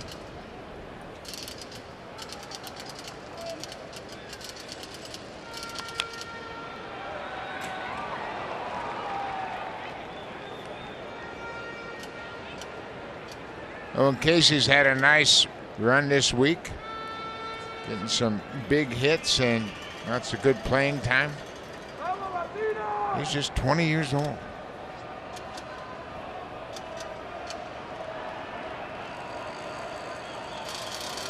(3-2). Rich, we've talked about this and what it does for the younger players in this World Baseball Classic. You know, they come in and sometimes they might look overmatched, but then they can have a great moment and hit a home run like Casey did earlier, and that's got to give them all sorts of confidence going into their regular season with their respective organizations. Just a confidence boost for sure. That's a really nice moment. 3-2. High chopper coming to get it. Meneses. Very clean inning. Adrian Martinez. Mexico cruising right now. 7-2.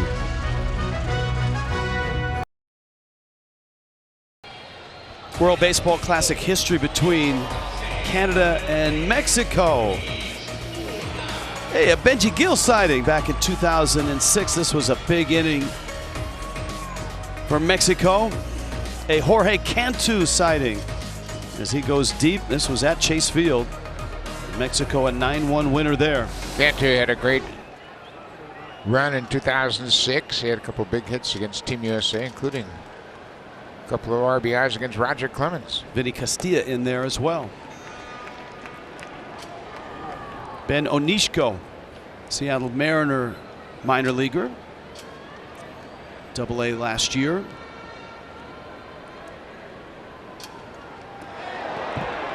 Urias skips out of the way. Oh, did it got him? It did clip him. And so he's on his way to first base. Onishko. Onishko's 26 years old from Winnipeg. And that ball was behind him. Actually hit him on the back of his right heel. Right behind him. So he's the one that got things going for Mexico last inning. He drew a leadoff walk in the 6th inning off of Andrew Albers, and that started that 4-run rally for Mexico. Mexico is set up perfectly right now with a 5-run lead and a bullpen that has some options for Benji Gill. Trejo.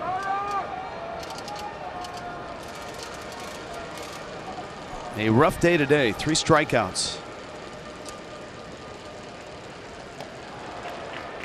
Good breaking ball. Trejo was way out in front.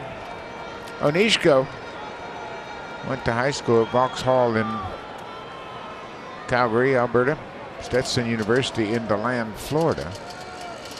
From Calgary to DeLand, Florida, Stetson University. Yeah, you know, the junior program has given these young players in Canada an awful lot of great opportunities to go to schools in the States, whether it's junior college or university, Division I, Division II. Just an opportunity to play is what they're looking for. And Onishko has turned that into a professional career. Rios at first. Trejo rolls it wide of third. Benji Gill was talking about Trejo and his defense and the type of player he is, and he's hopeful that, you know, he played parts of the last 2 years with the Rockies, and he certainly, Gill feels like, as a big league shortstop himself, that Trejo deserves to be an everyday big league shortstop. Toro knocks it down. Trejo's going to get a hit. Urias was running on the play. Toro dives and keeps the ball on the infield, keeps it from going past him. It'll be an infield hit. So a hit batter and a single for Mexico to start the seventh. Canada has played pretty good defense throughout their 4 games in this pool. Toro kind of dives over that baseball, hits on the heel of his glove, and that'll go for a base hit.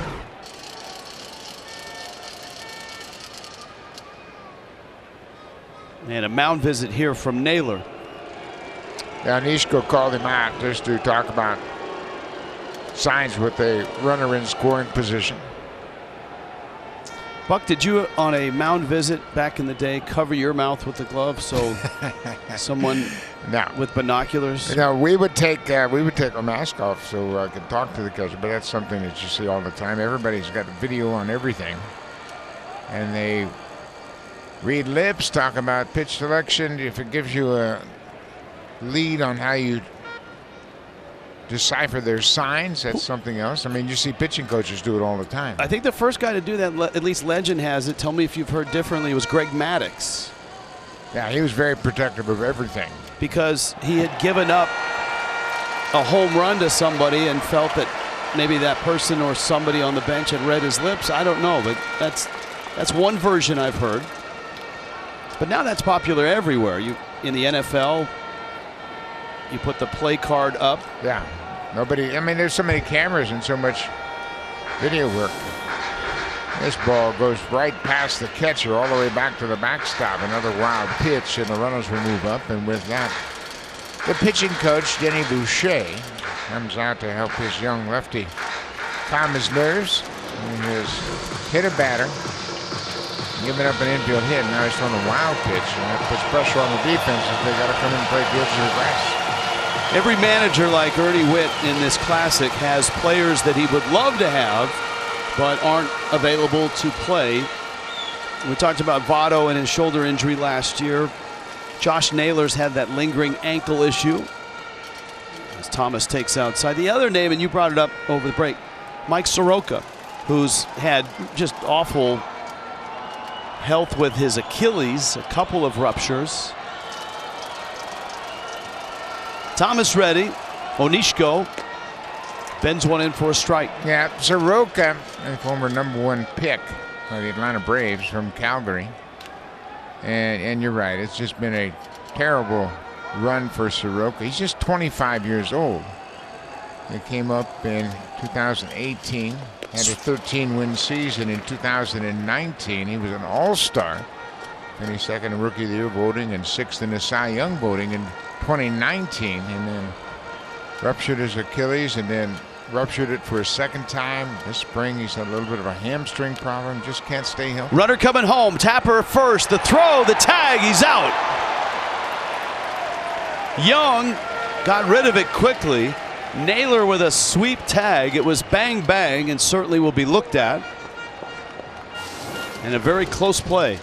And Jared Young playing first base. Freddie Freeman injured himself, and he makes a nice throw. And look at Naylor. There's the tag before he gets to home. Perfect execution. Good play by the first baseman and a good tag by the catcher.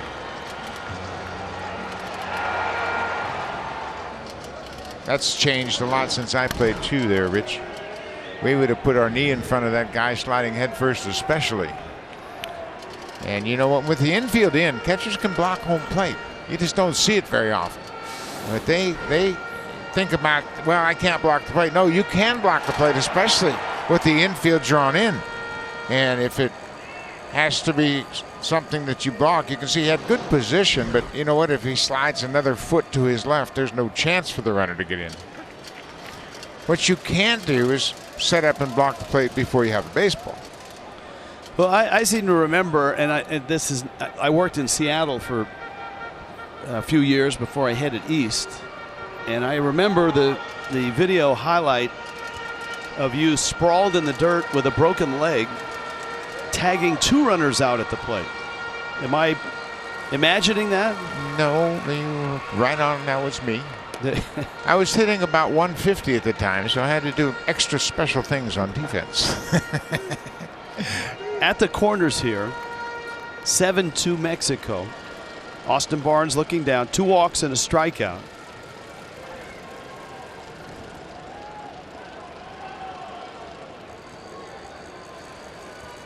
Onishko to Barnes. Runner goes, and it's fouled back. How's the leg, by the way? Well, it's healed. You know, it's healed. That was 1985. Good. It's had plenty of time to heal. But yeah, that was an unfortunate situation. That was in the 85 season, of course, when the Blue Jays won the division for the first time. And Ernie Witt was my catching partner. He did most of the catching, and I was kind of his backup catcher. 1-2. That misses. That was a special team managed by the great Bobby Cox, and we had a bunch of great players, and was first of a few championships they would put together. We chased the Tigers in '84, but couldn't catch them. No, they won like 150 games, or it felt like. Runner moving, pitches out, and that's a stolen base.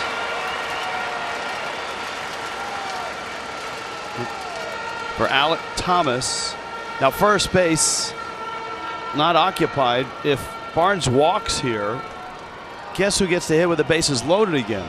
Yeah, that's what Ernie Witt's thinking right now. What's he come up every inning? Randy Arozarena? Infield's in now. 3-2 coming. And that's high. And guess who gets to hit with the bases loaded again? Well, back in the 6th inning, Arozarena with the bases loaded takes a high breaking ball from Cade Smith and pulls the curveball foul, and then just misses a grand slam home run. And then on the next pitch, he stays on it and it keeps it fair. A bases clearing double for Randy Arozarena. 4 RBIs to this point. Pitching change for Canada. Don't go anywhere. Arozarena with the bags loaded and a 7-2 Mexico lead. You hear the chants, MVP. And Randy.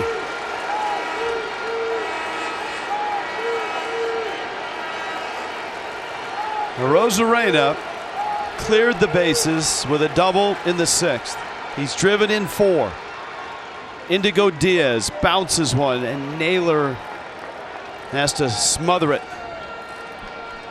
In this series, Arozarena with 7 hits, 8 runs driven in. So Jorge Cantu of Mexico had the record in 2006. It's tied now. That's in. Indigo Diaz. Canada is essentially emptying their bullpen. He's the 6th reliever. This is just the 7th inning. Arozarena ready. Bags loaded. He may not get a pitch to hit, not because he's pitching around him, but Diaz just can't find the plate. Would you do a Buck Showalter here? You could almost walk him and have it come out better than usual. No, I don't think you do that in this situation. You allow Diaz a chance to get him out. Diaz has created himself a deep hole. Well, he hit him. That's an RBI.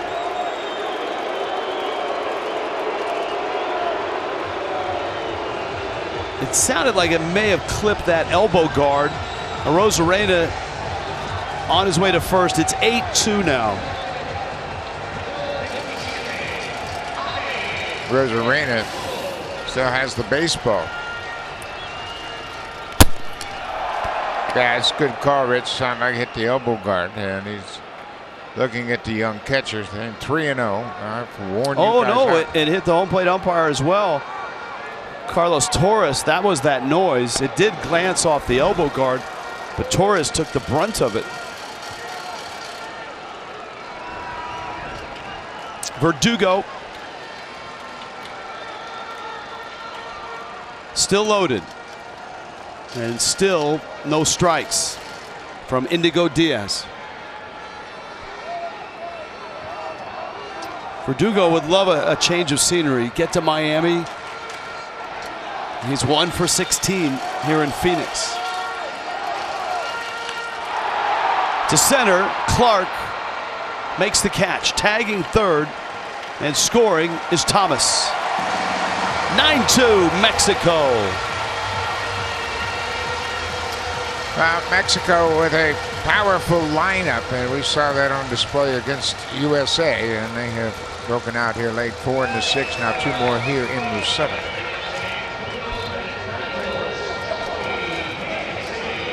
Got some big league hitters in their lineup, and they have really kind of settled in here later on in this Pool C. Meneses has 9 hits. That leads this pool. Tyler O'Neill of Canada has 8. Meneses, 2 hits here. And if he pops one out of here, all of a sudden,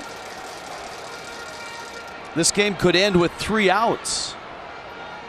10-run cushion.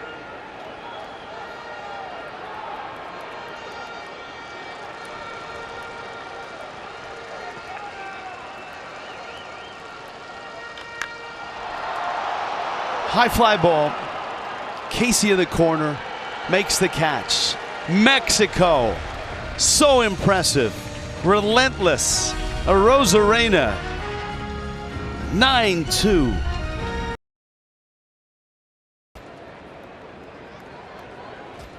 Mexico looks really good today. If you're just joining us, this is a Game 7-like situation. Winner goes to Miami into the quarterfinals. Loser, if it's Mexico, they're done. If it's Canada, they're just about done. They have a slightest of margin to work their way through a tiebreaker only if Colombia upsets USA tonight. Yeah, and they got it going early. 2 runs on 2 hits in the first inning, and they really kind of took advantage of a hit batter, a balk, a walk. Got a couple of bloop hits and scored 2 runs, but since then they've been swinging the bats well. They added a run in the 3rd inning on a Arozarena RBI double. So Randy Arozarena and Joey Meneses have been the power bats for Team Mexico. As JP Morosi has been preaching throughout, Arozarena and Mexico have a dynamite rotation. Jose Urquidy of the Astros got the start here, and Urquidy 4 innings, 6 hits, 2 runs. And Adrian Martinez has been really good too out of the pen. He hasn't given up a hit, just 1 base runner. Denzel Clark at the plate, and he swings and misses, and Martinez is working quickly and efficiently, and we go down once again to JP Morosi. JP. Thanks, Rich. Certainly not to look too far ahead, but Team Mexico has designs on winning this entire tournament, which means having their full complement of pitching ready to go for the quarterfinals should they prevail today. Now, that quarterfinal, if Mexico wins, would be on Friday. Therefore, if they can find a way to keep Luis Cessa rested today and not having to pitch too much, that's certainly going to help them in the next round. Yep, you're right. Adrian Martinez, tip of the cap for him. Lefty coming in, a 9-2 Mexico lead. Chase Fields. Check this out. I mean, this is Randy Arozarena, and this is during the pitching change. I told you, every time he runs out there, the fans just adore him. Got selfies going on. He's signing gloves. He's signing flags. He's making sure that the warm-up tosses are still going because he doesn't want to get caught with somebody else's glove. Only in the WBC. The beauty of the WBC, players are relaxed, fans are excited, and he would eventually sign that Mexican flag for his fans. Robson fouls it out of play. Samuel Zazueta is the pitcher for Mexico. Pitched in Tijuana in the Summer League last year. Total of 9 games, just 3 starts, only 19 2/3. Big breaking ball is fouled off by Robson. Canada here in the 7th. Julien on deck.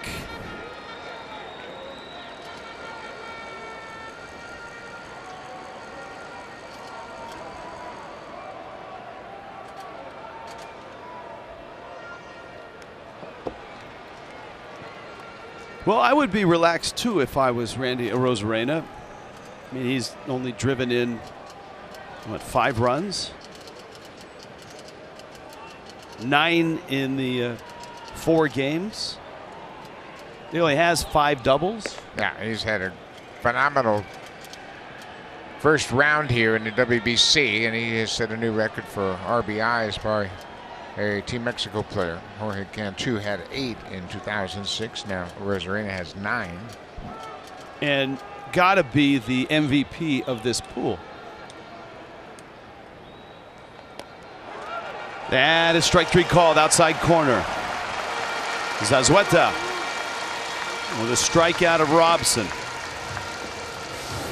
Now, as you see this pitch, if you get to Miami, you have to win 3 games if you are coming from Pool C. And it's single elimination. There's no opportunities to win or pool. It's not a pool play. It's one and done. So we talked about Team Mexico and the advantage they have with the 4 Major League starters they have on their roster. Julio Urias started here game 1, and he is penciled to start should they get to Miami. With this new format, if you're coming from Asia, though, you've already won a quarterfinal. You just need to win twice. And Cuba is one of those teams. The other will be decided later tonight. Quarterfinals are in Tokyo at the Tokyo Dome.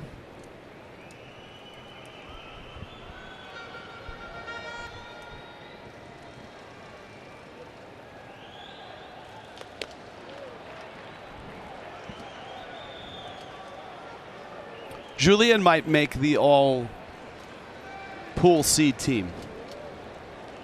Well, especially the fact that he has been kind of an igniter for Team Canada. Young second baseman has had some good swings. Whoa, that is a high, deep fly ball. And Verdugo going back. He's on the team, Buck. Julien with a solo homer. Right on cue. Just adding to his candidacy for Pool C all-team. And boy, he is a good-looking young hitter. Second extra base hitter of the ball game. He had a leadoff double in the first that came around to score. And now he goes deep, and that was a long, long home run off a lefty pitcher. 7 for 14, 2 homers, 2 doubles, 4 walks in 4 games. Breaking ball with 2 strikes, and he just sat back and it really exploded. And you can see it's into the seats.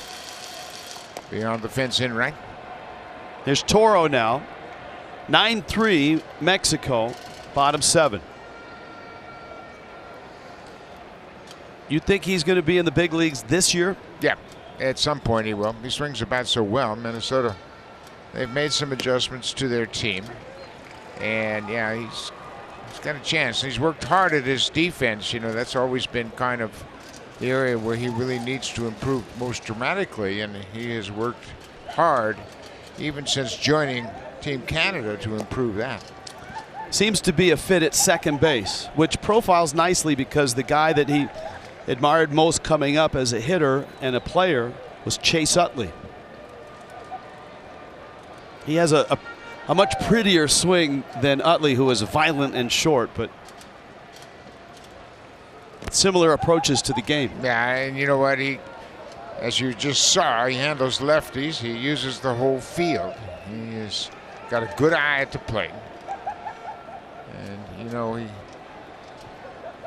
came out of Quebec, went to Auburn, played 2 years at Alabama, and after a good season on the Cape, in the Cape Cod League, he chose to sign and start his pro career.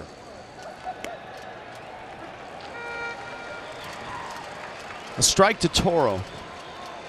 As far as Twins prospects, he's number 4 on that list and rising.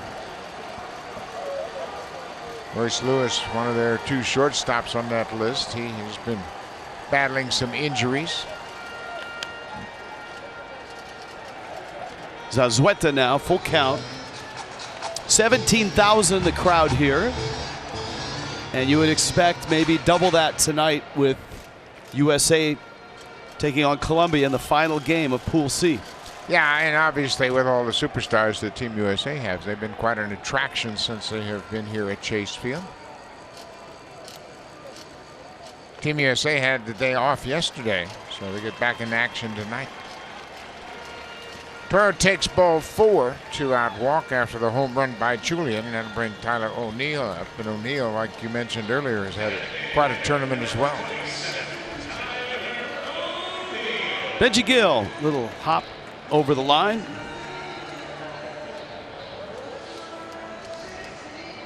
That's going to be it for Zazueta. A 3-batter rule in place, so he is done after the walk. Looks like Cesar Vargas is coming in. We'll take a timeout. 9-3 Mexico on top of Canada, and it's getting late.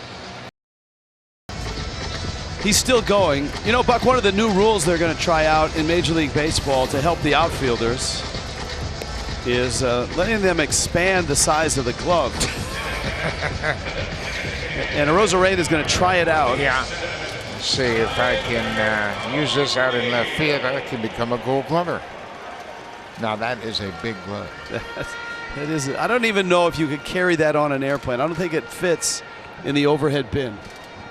We've seen a couple of those during this week. It's pretty cool. You and I went to the Mizuno store in Tokyo when we were over there last time. Tyler O'Neill, Vargas the righty. We did. That was fascinating. You and I were in Tokyo in 13 and 17. There's Cesar Vargas. He was over in Japan as well back in last year. We saw him in that win over USA. That's one of the things too. Mexico looks like they're going to advance. They got a 6-run lead here. It's not done yet, but they're in a great spot.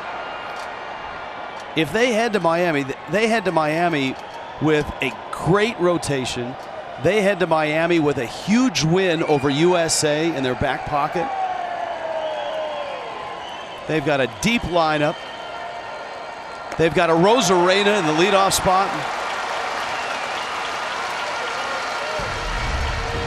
And they've got 6 outs to get before they get on that plane. 9-3 Mexico.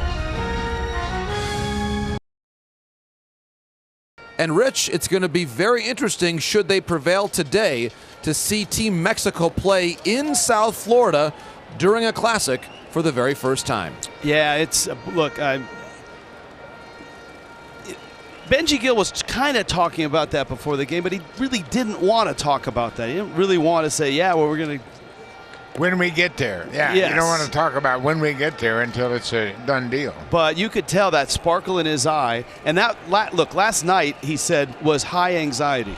That, he said, was such pressure. He had great praise for Great Britain. I mean, he talked at length about that team and that game last night.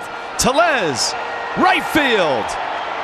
Gone! Rowdy leaves the yard.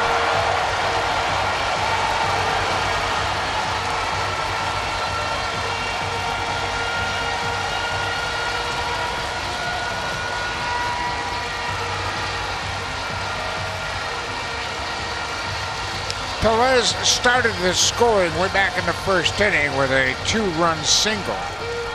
Last night against Great Britain, he hit the ball hard 4 times, and finally he gets to wear the home run sombrero. I love that. This is a team that is a lot of fun, and Tellez is one of the reasons why. I mean, he and Verdugo are kind of the stirs that get it going.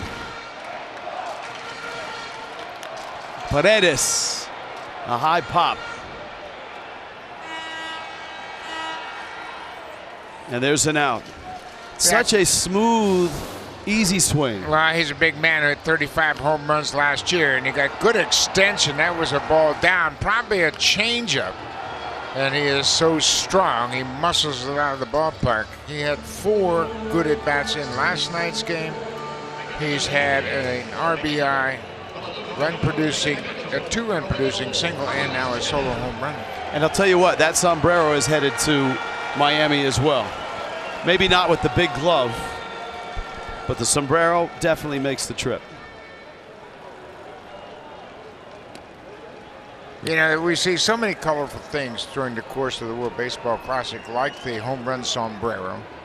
We have seen the crown and the robe for Great Britain, the cup of tea celebration. How about in Tokyo, the mensch on the bench for Team Israel? That was a tremendous mascot that they traveled with during the 2017 World Baseball Classic.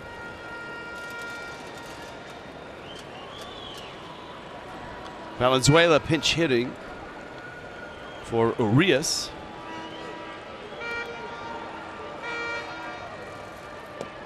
Roberto Valenzuela getting an AB here. And you know what else is going to travel with Mexico? A great rotation. And remember, they only need to win 3 games. They got to win a quarterfinal game, obviously the semi, and then the final. And this rotation that they have, that means, Buck, they get to pick from this quartet.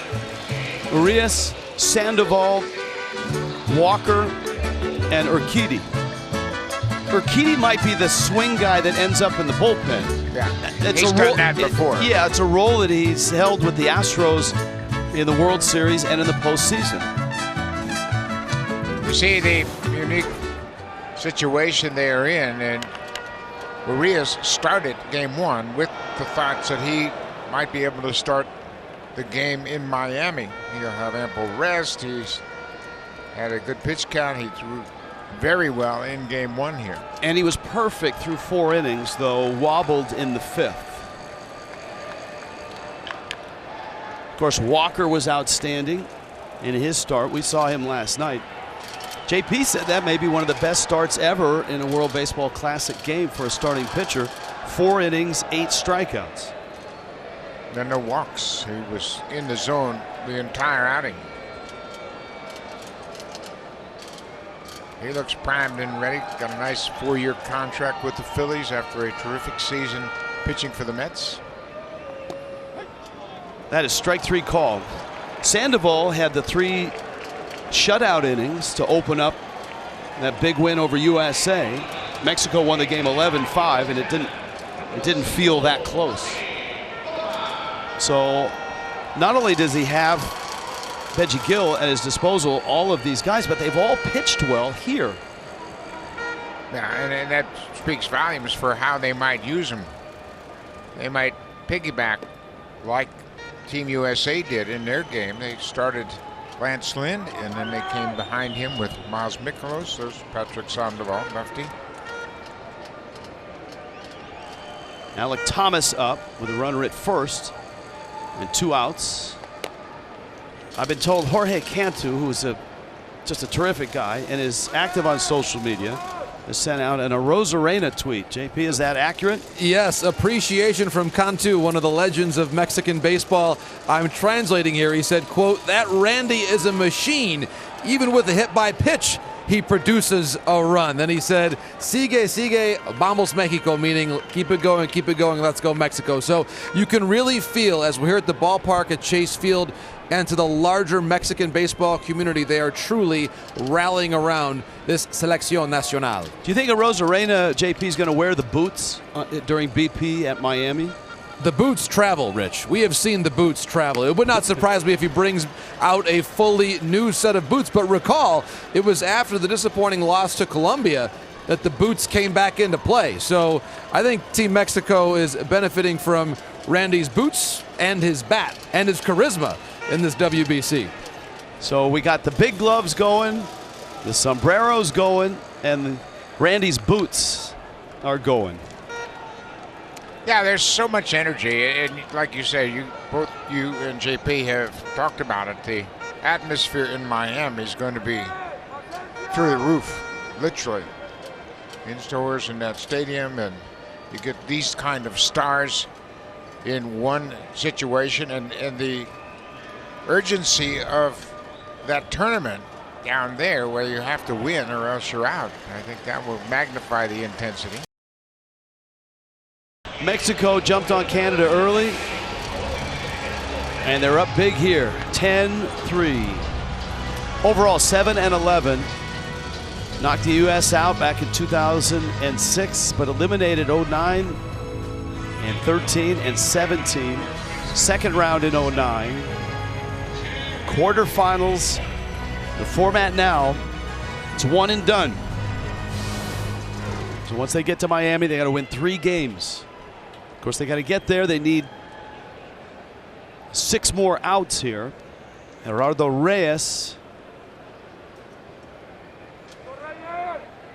takes over. Jared Young, Otto Lopez, Bo Naylor scheduled for Canada. Yeah, Team Mexico is really utilizing their bullpen very effectively. The pinch hitter Valenzuela takes over defensively at second base. He hit for Urias. But Benji Gill has an opportunity now to kind of get his bullpen some work and get them lined up for Miami, as it looks like they're going to be able to hold on and advance. 5 runs is the biggest deficit ever overcome for a win in World Baseball Classic history. That seems low to me. Yeah, it does. Especially with some of the teams that are not real baseball strength teams. You'd think there would be some bigger comebacks, but 5 does seem low.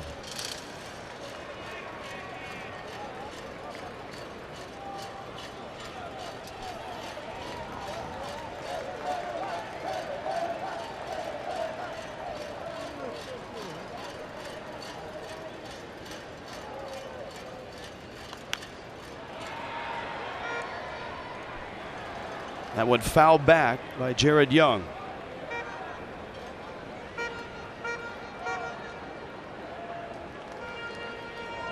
It's being reported by the Los Angeles Times that Freddie Freeman's hamstring injury is mild and that his opening day status is not a concern at all. So that's good news.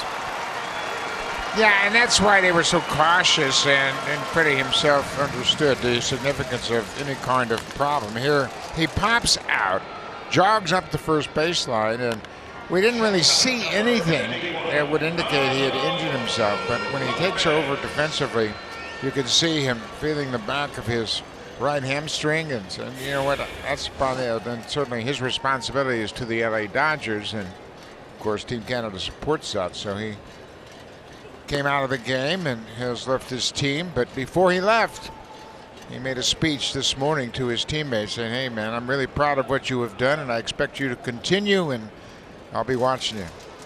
Jack Harris, terrific writer for the Times, said Freeman is planning to take swings in the cage tomorrow and back to spring training action over the weekend.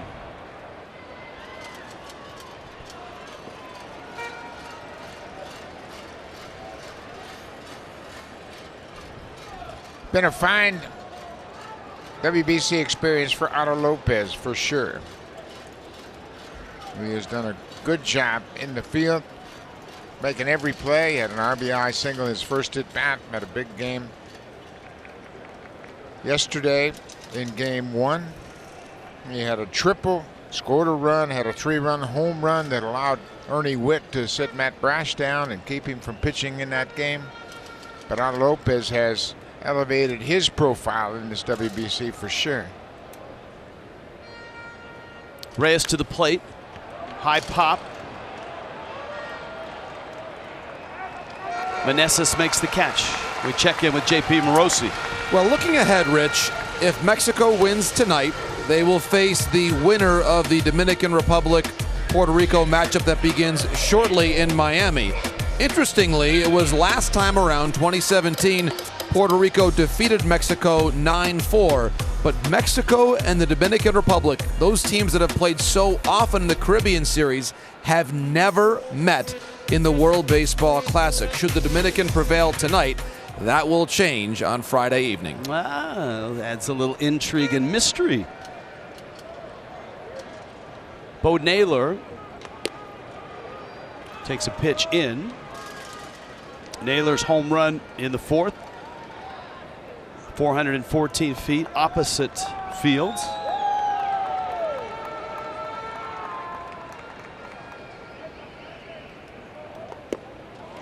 Good cut there. Bo didn't get into many games with the Guardians before he left the team in spring training. Just 1 for 6 with a double.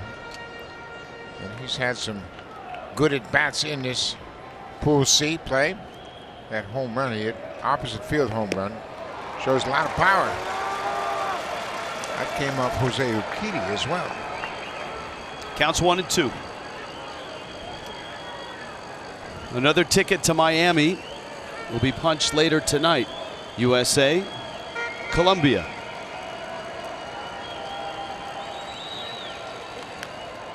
Naylor fouls that one back.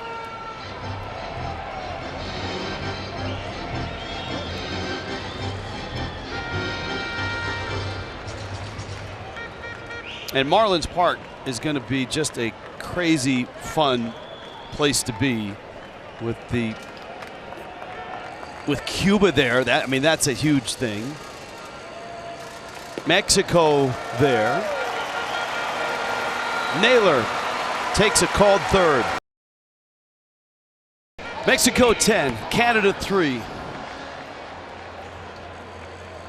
This one got away from Canada. Mexico's been so terrific on the mound. Starters, middle relief. Evan Rutsky comes in for Canada here in the top of the 9th. Mexico about to go 3-1, about to punch their ticket to Miami.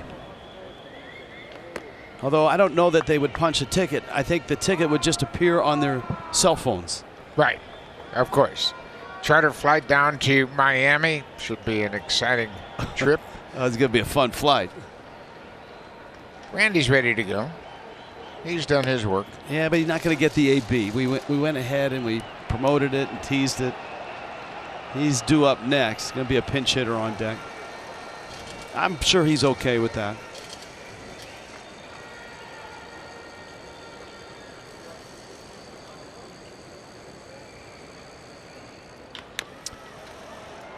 Austin Barnes. Julian makes the play, gets the out. Let's check in with JP. We've spoken a lot about the great baseball history in Canada. The largest city there, Toronto, of course, home to Rogers Centre. As Buck knows, that great renovation that's been happening there will get unveiled this season. The 4th largest country by area. So many wonderful ball players from Canada. 2 Hall of Famers, Ferguson Jenkins and Larry Walker himself. And how about that beautiful Lake Louise in Alberta, home to all those gorgeous lakes. Buck, it is an extraordinary baseball country and one that I know you're excited to visit again here this season. Yes, sir, JP. And when you think about the history, it goes back a long time. Babe Ruth hit his first professional home run at Center Island just off Toronto, Hanlon Point, back in 1914. He hit a home run, and he also pitched a shutout. He was the first version of Shohei Ohtani. Jackie Robinson had a Canadian connection. Montreal Royals.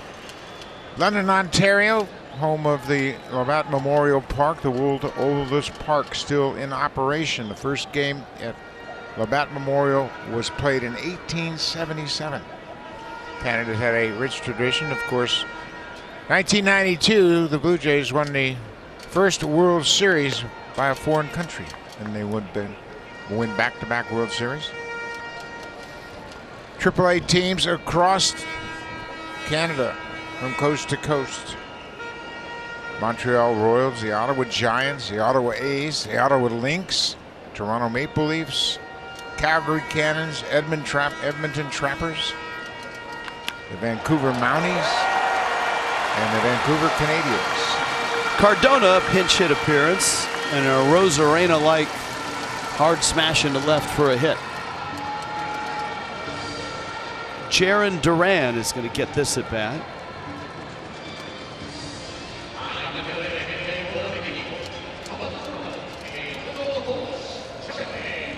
Cardona gets a base hit. Jose Cardona hasn't had a chance to play an awful lot, and now Duran, he too hasn't played an awful lot. He had a start in the game earlier for Mexico. He'll get an AB here against the lefty.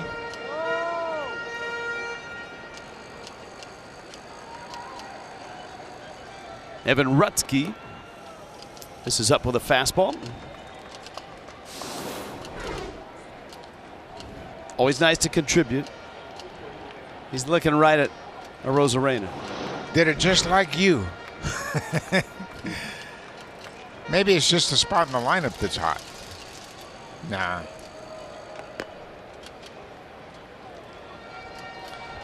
USA and Colombia.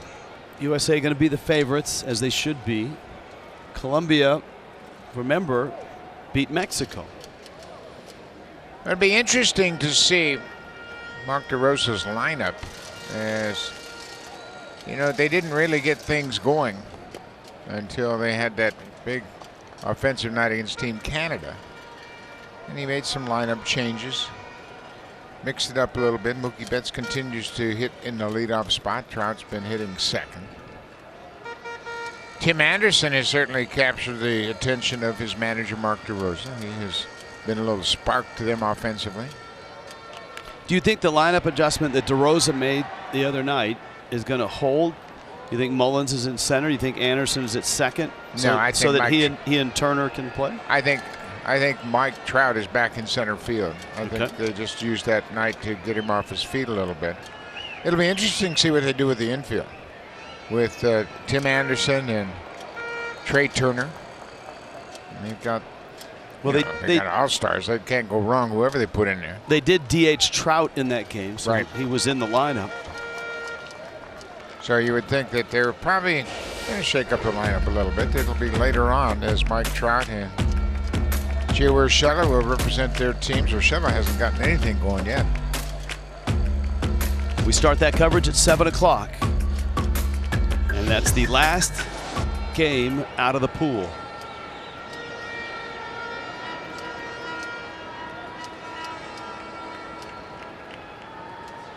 Rutsky to Duran, might be two. Brings Lopez to the bag, but a high throw. And Canada gets just the one out. Well, the ball kind of took Lopez away from second base, and then he had to stretch back to step on the bag, and when he did that, it threw him off balance, and he made a high throw to first. Duran can run. Lopez knew that, so he knew he had to hurry him. But watch how the ball bounces to his left, and he has to stretch back to his right to step on the bag, and that disrupted his timing a bit, and he airmails it over to first. Jonathan Aranda, saw him at second base last night.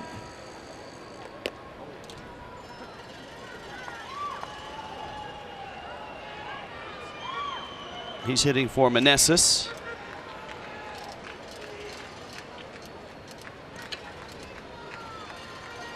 Last night's hitting hero, Alexis Wilson, is on deck.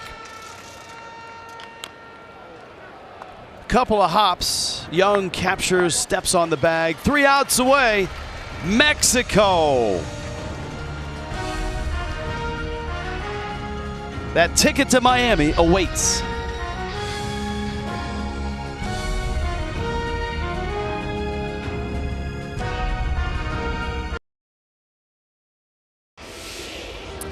Even if Canada's run at this tournament ends today, the future is bright indeed. Denzel Clark, middle of your screen there, the number 13 prospect in the A's organization, said to me the other day how much this group of young players gleaned in confidence by when, at the Under-18 World Cup, they found a way to defeat Japan in the Super Round. That was Japan's top team of under-18 players. That says a lot, Rich, about this team's potential to compete for championships in the future. Absolutely. Jake Sanchez can't wait to get going. 3 outs to get. Pack the bags, pack the sombrero. Make sure you pack all the bats, maybe the big glove, and away you go to Miami. Owen Casey, Denzel Clark, and then Jacob Robson scheduled here. A lot of defensive replacements. And Sanchez takes over on the mound. Jose Urquidy, Adrian Martinez. That was the start of things. They gobbled up the first 6 innings. And Mexico built a huge lead. Cardona in left, Duran in right. Aranda stays in for Meneses at first.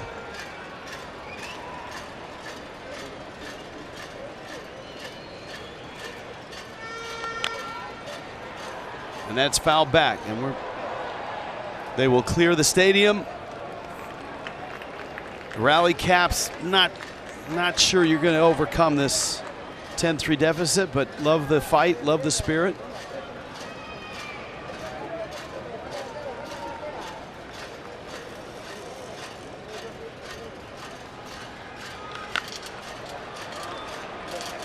Towards the line, that's Cardona.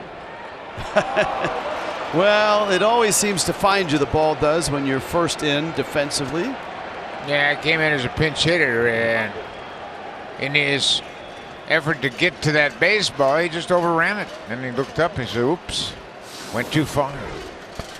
In long run for the left fielder and the shortstop. You can see it's down the left field line in foul ground. He says, where is it, where is it? Oh, there it is, behind me. Not exactly what you had planned on. Lost it. Sheepish smile there. Lost it in the roof. That's Aranda at first, and both guys just in, tested.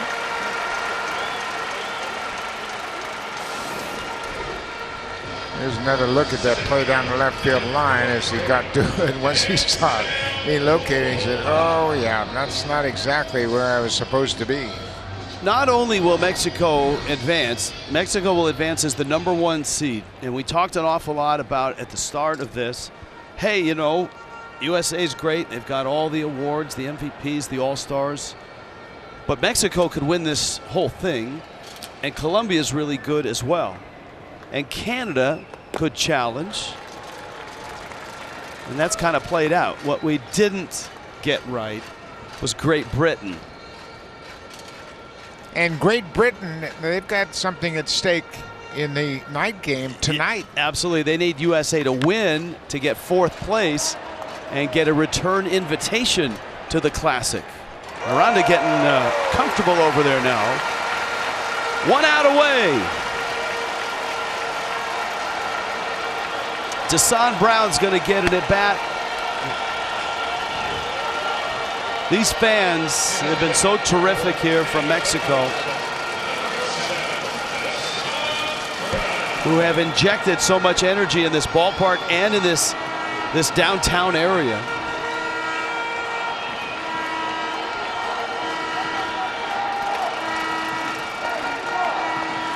On their feet.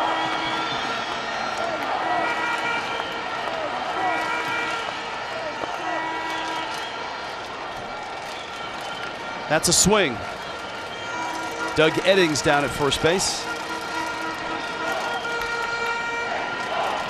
Brown, the 21-year-old out of Oakville, Ontario. The sombrero travels well.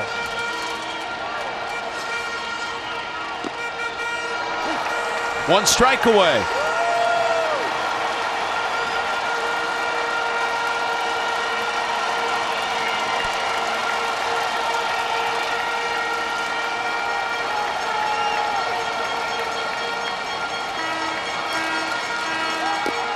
Just a terrific scene here in Phoenix, Arizona. Yeah, as you mentioned, the Mexican fans have been terrific. They have been around, they've supported the team, they're having a great time, and now they've been rewarded for their support with a trip to Miami. 1-2 pitch. Strike three called. Mexico on their way to Miami. Randy Arozarena and this ball club, the #1 seed out of Pool C. And it's on to Miami to the quarterfinals. At the start of Pool C, we talked about the strength of Team Mexico, and that was the depth of their starting pitching. And now that is even going to be more important. As the pitch count will go up, their starters can go deeper into the game. They have gotten good starts from Taijuan Walker. Urquidy was okay today. He pitched a solid 4 innings. Ernie Whitt, on the other hand, they were just a little bit short-handed. Then they lost Freddie Freeman, their former MVP in the National League of the Dodgers. But the young players gained some valuable experience. Edouard Julien had a tremendous tournament. Same for Otto Lopez. He had some great moments. But in the end, Benji Gil and Team Mexico will go to Miami. For Mexico today, win or you're out. They win. They're the 1 seed. They are headed to Miami with a lot of momentum. For Canada, win and you're in. They didn't win. Lose and you're not quite out. But a lot of things have to happen as you look at the Pool C standings. Canada is now 2-2. Here's what has to happen for Canada to survive.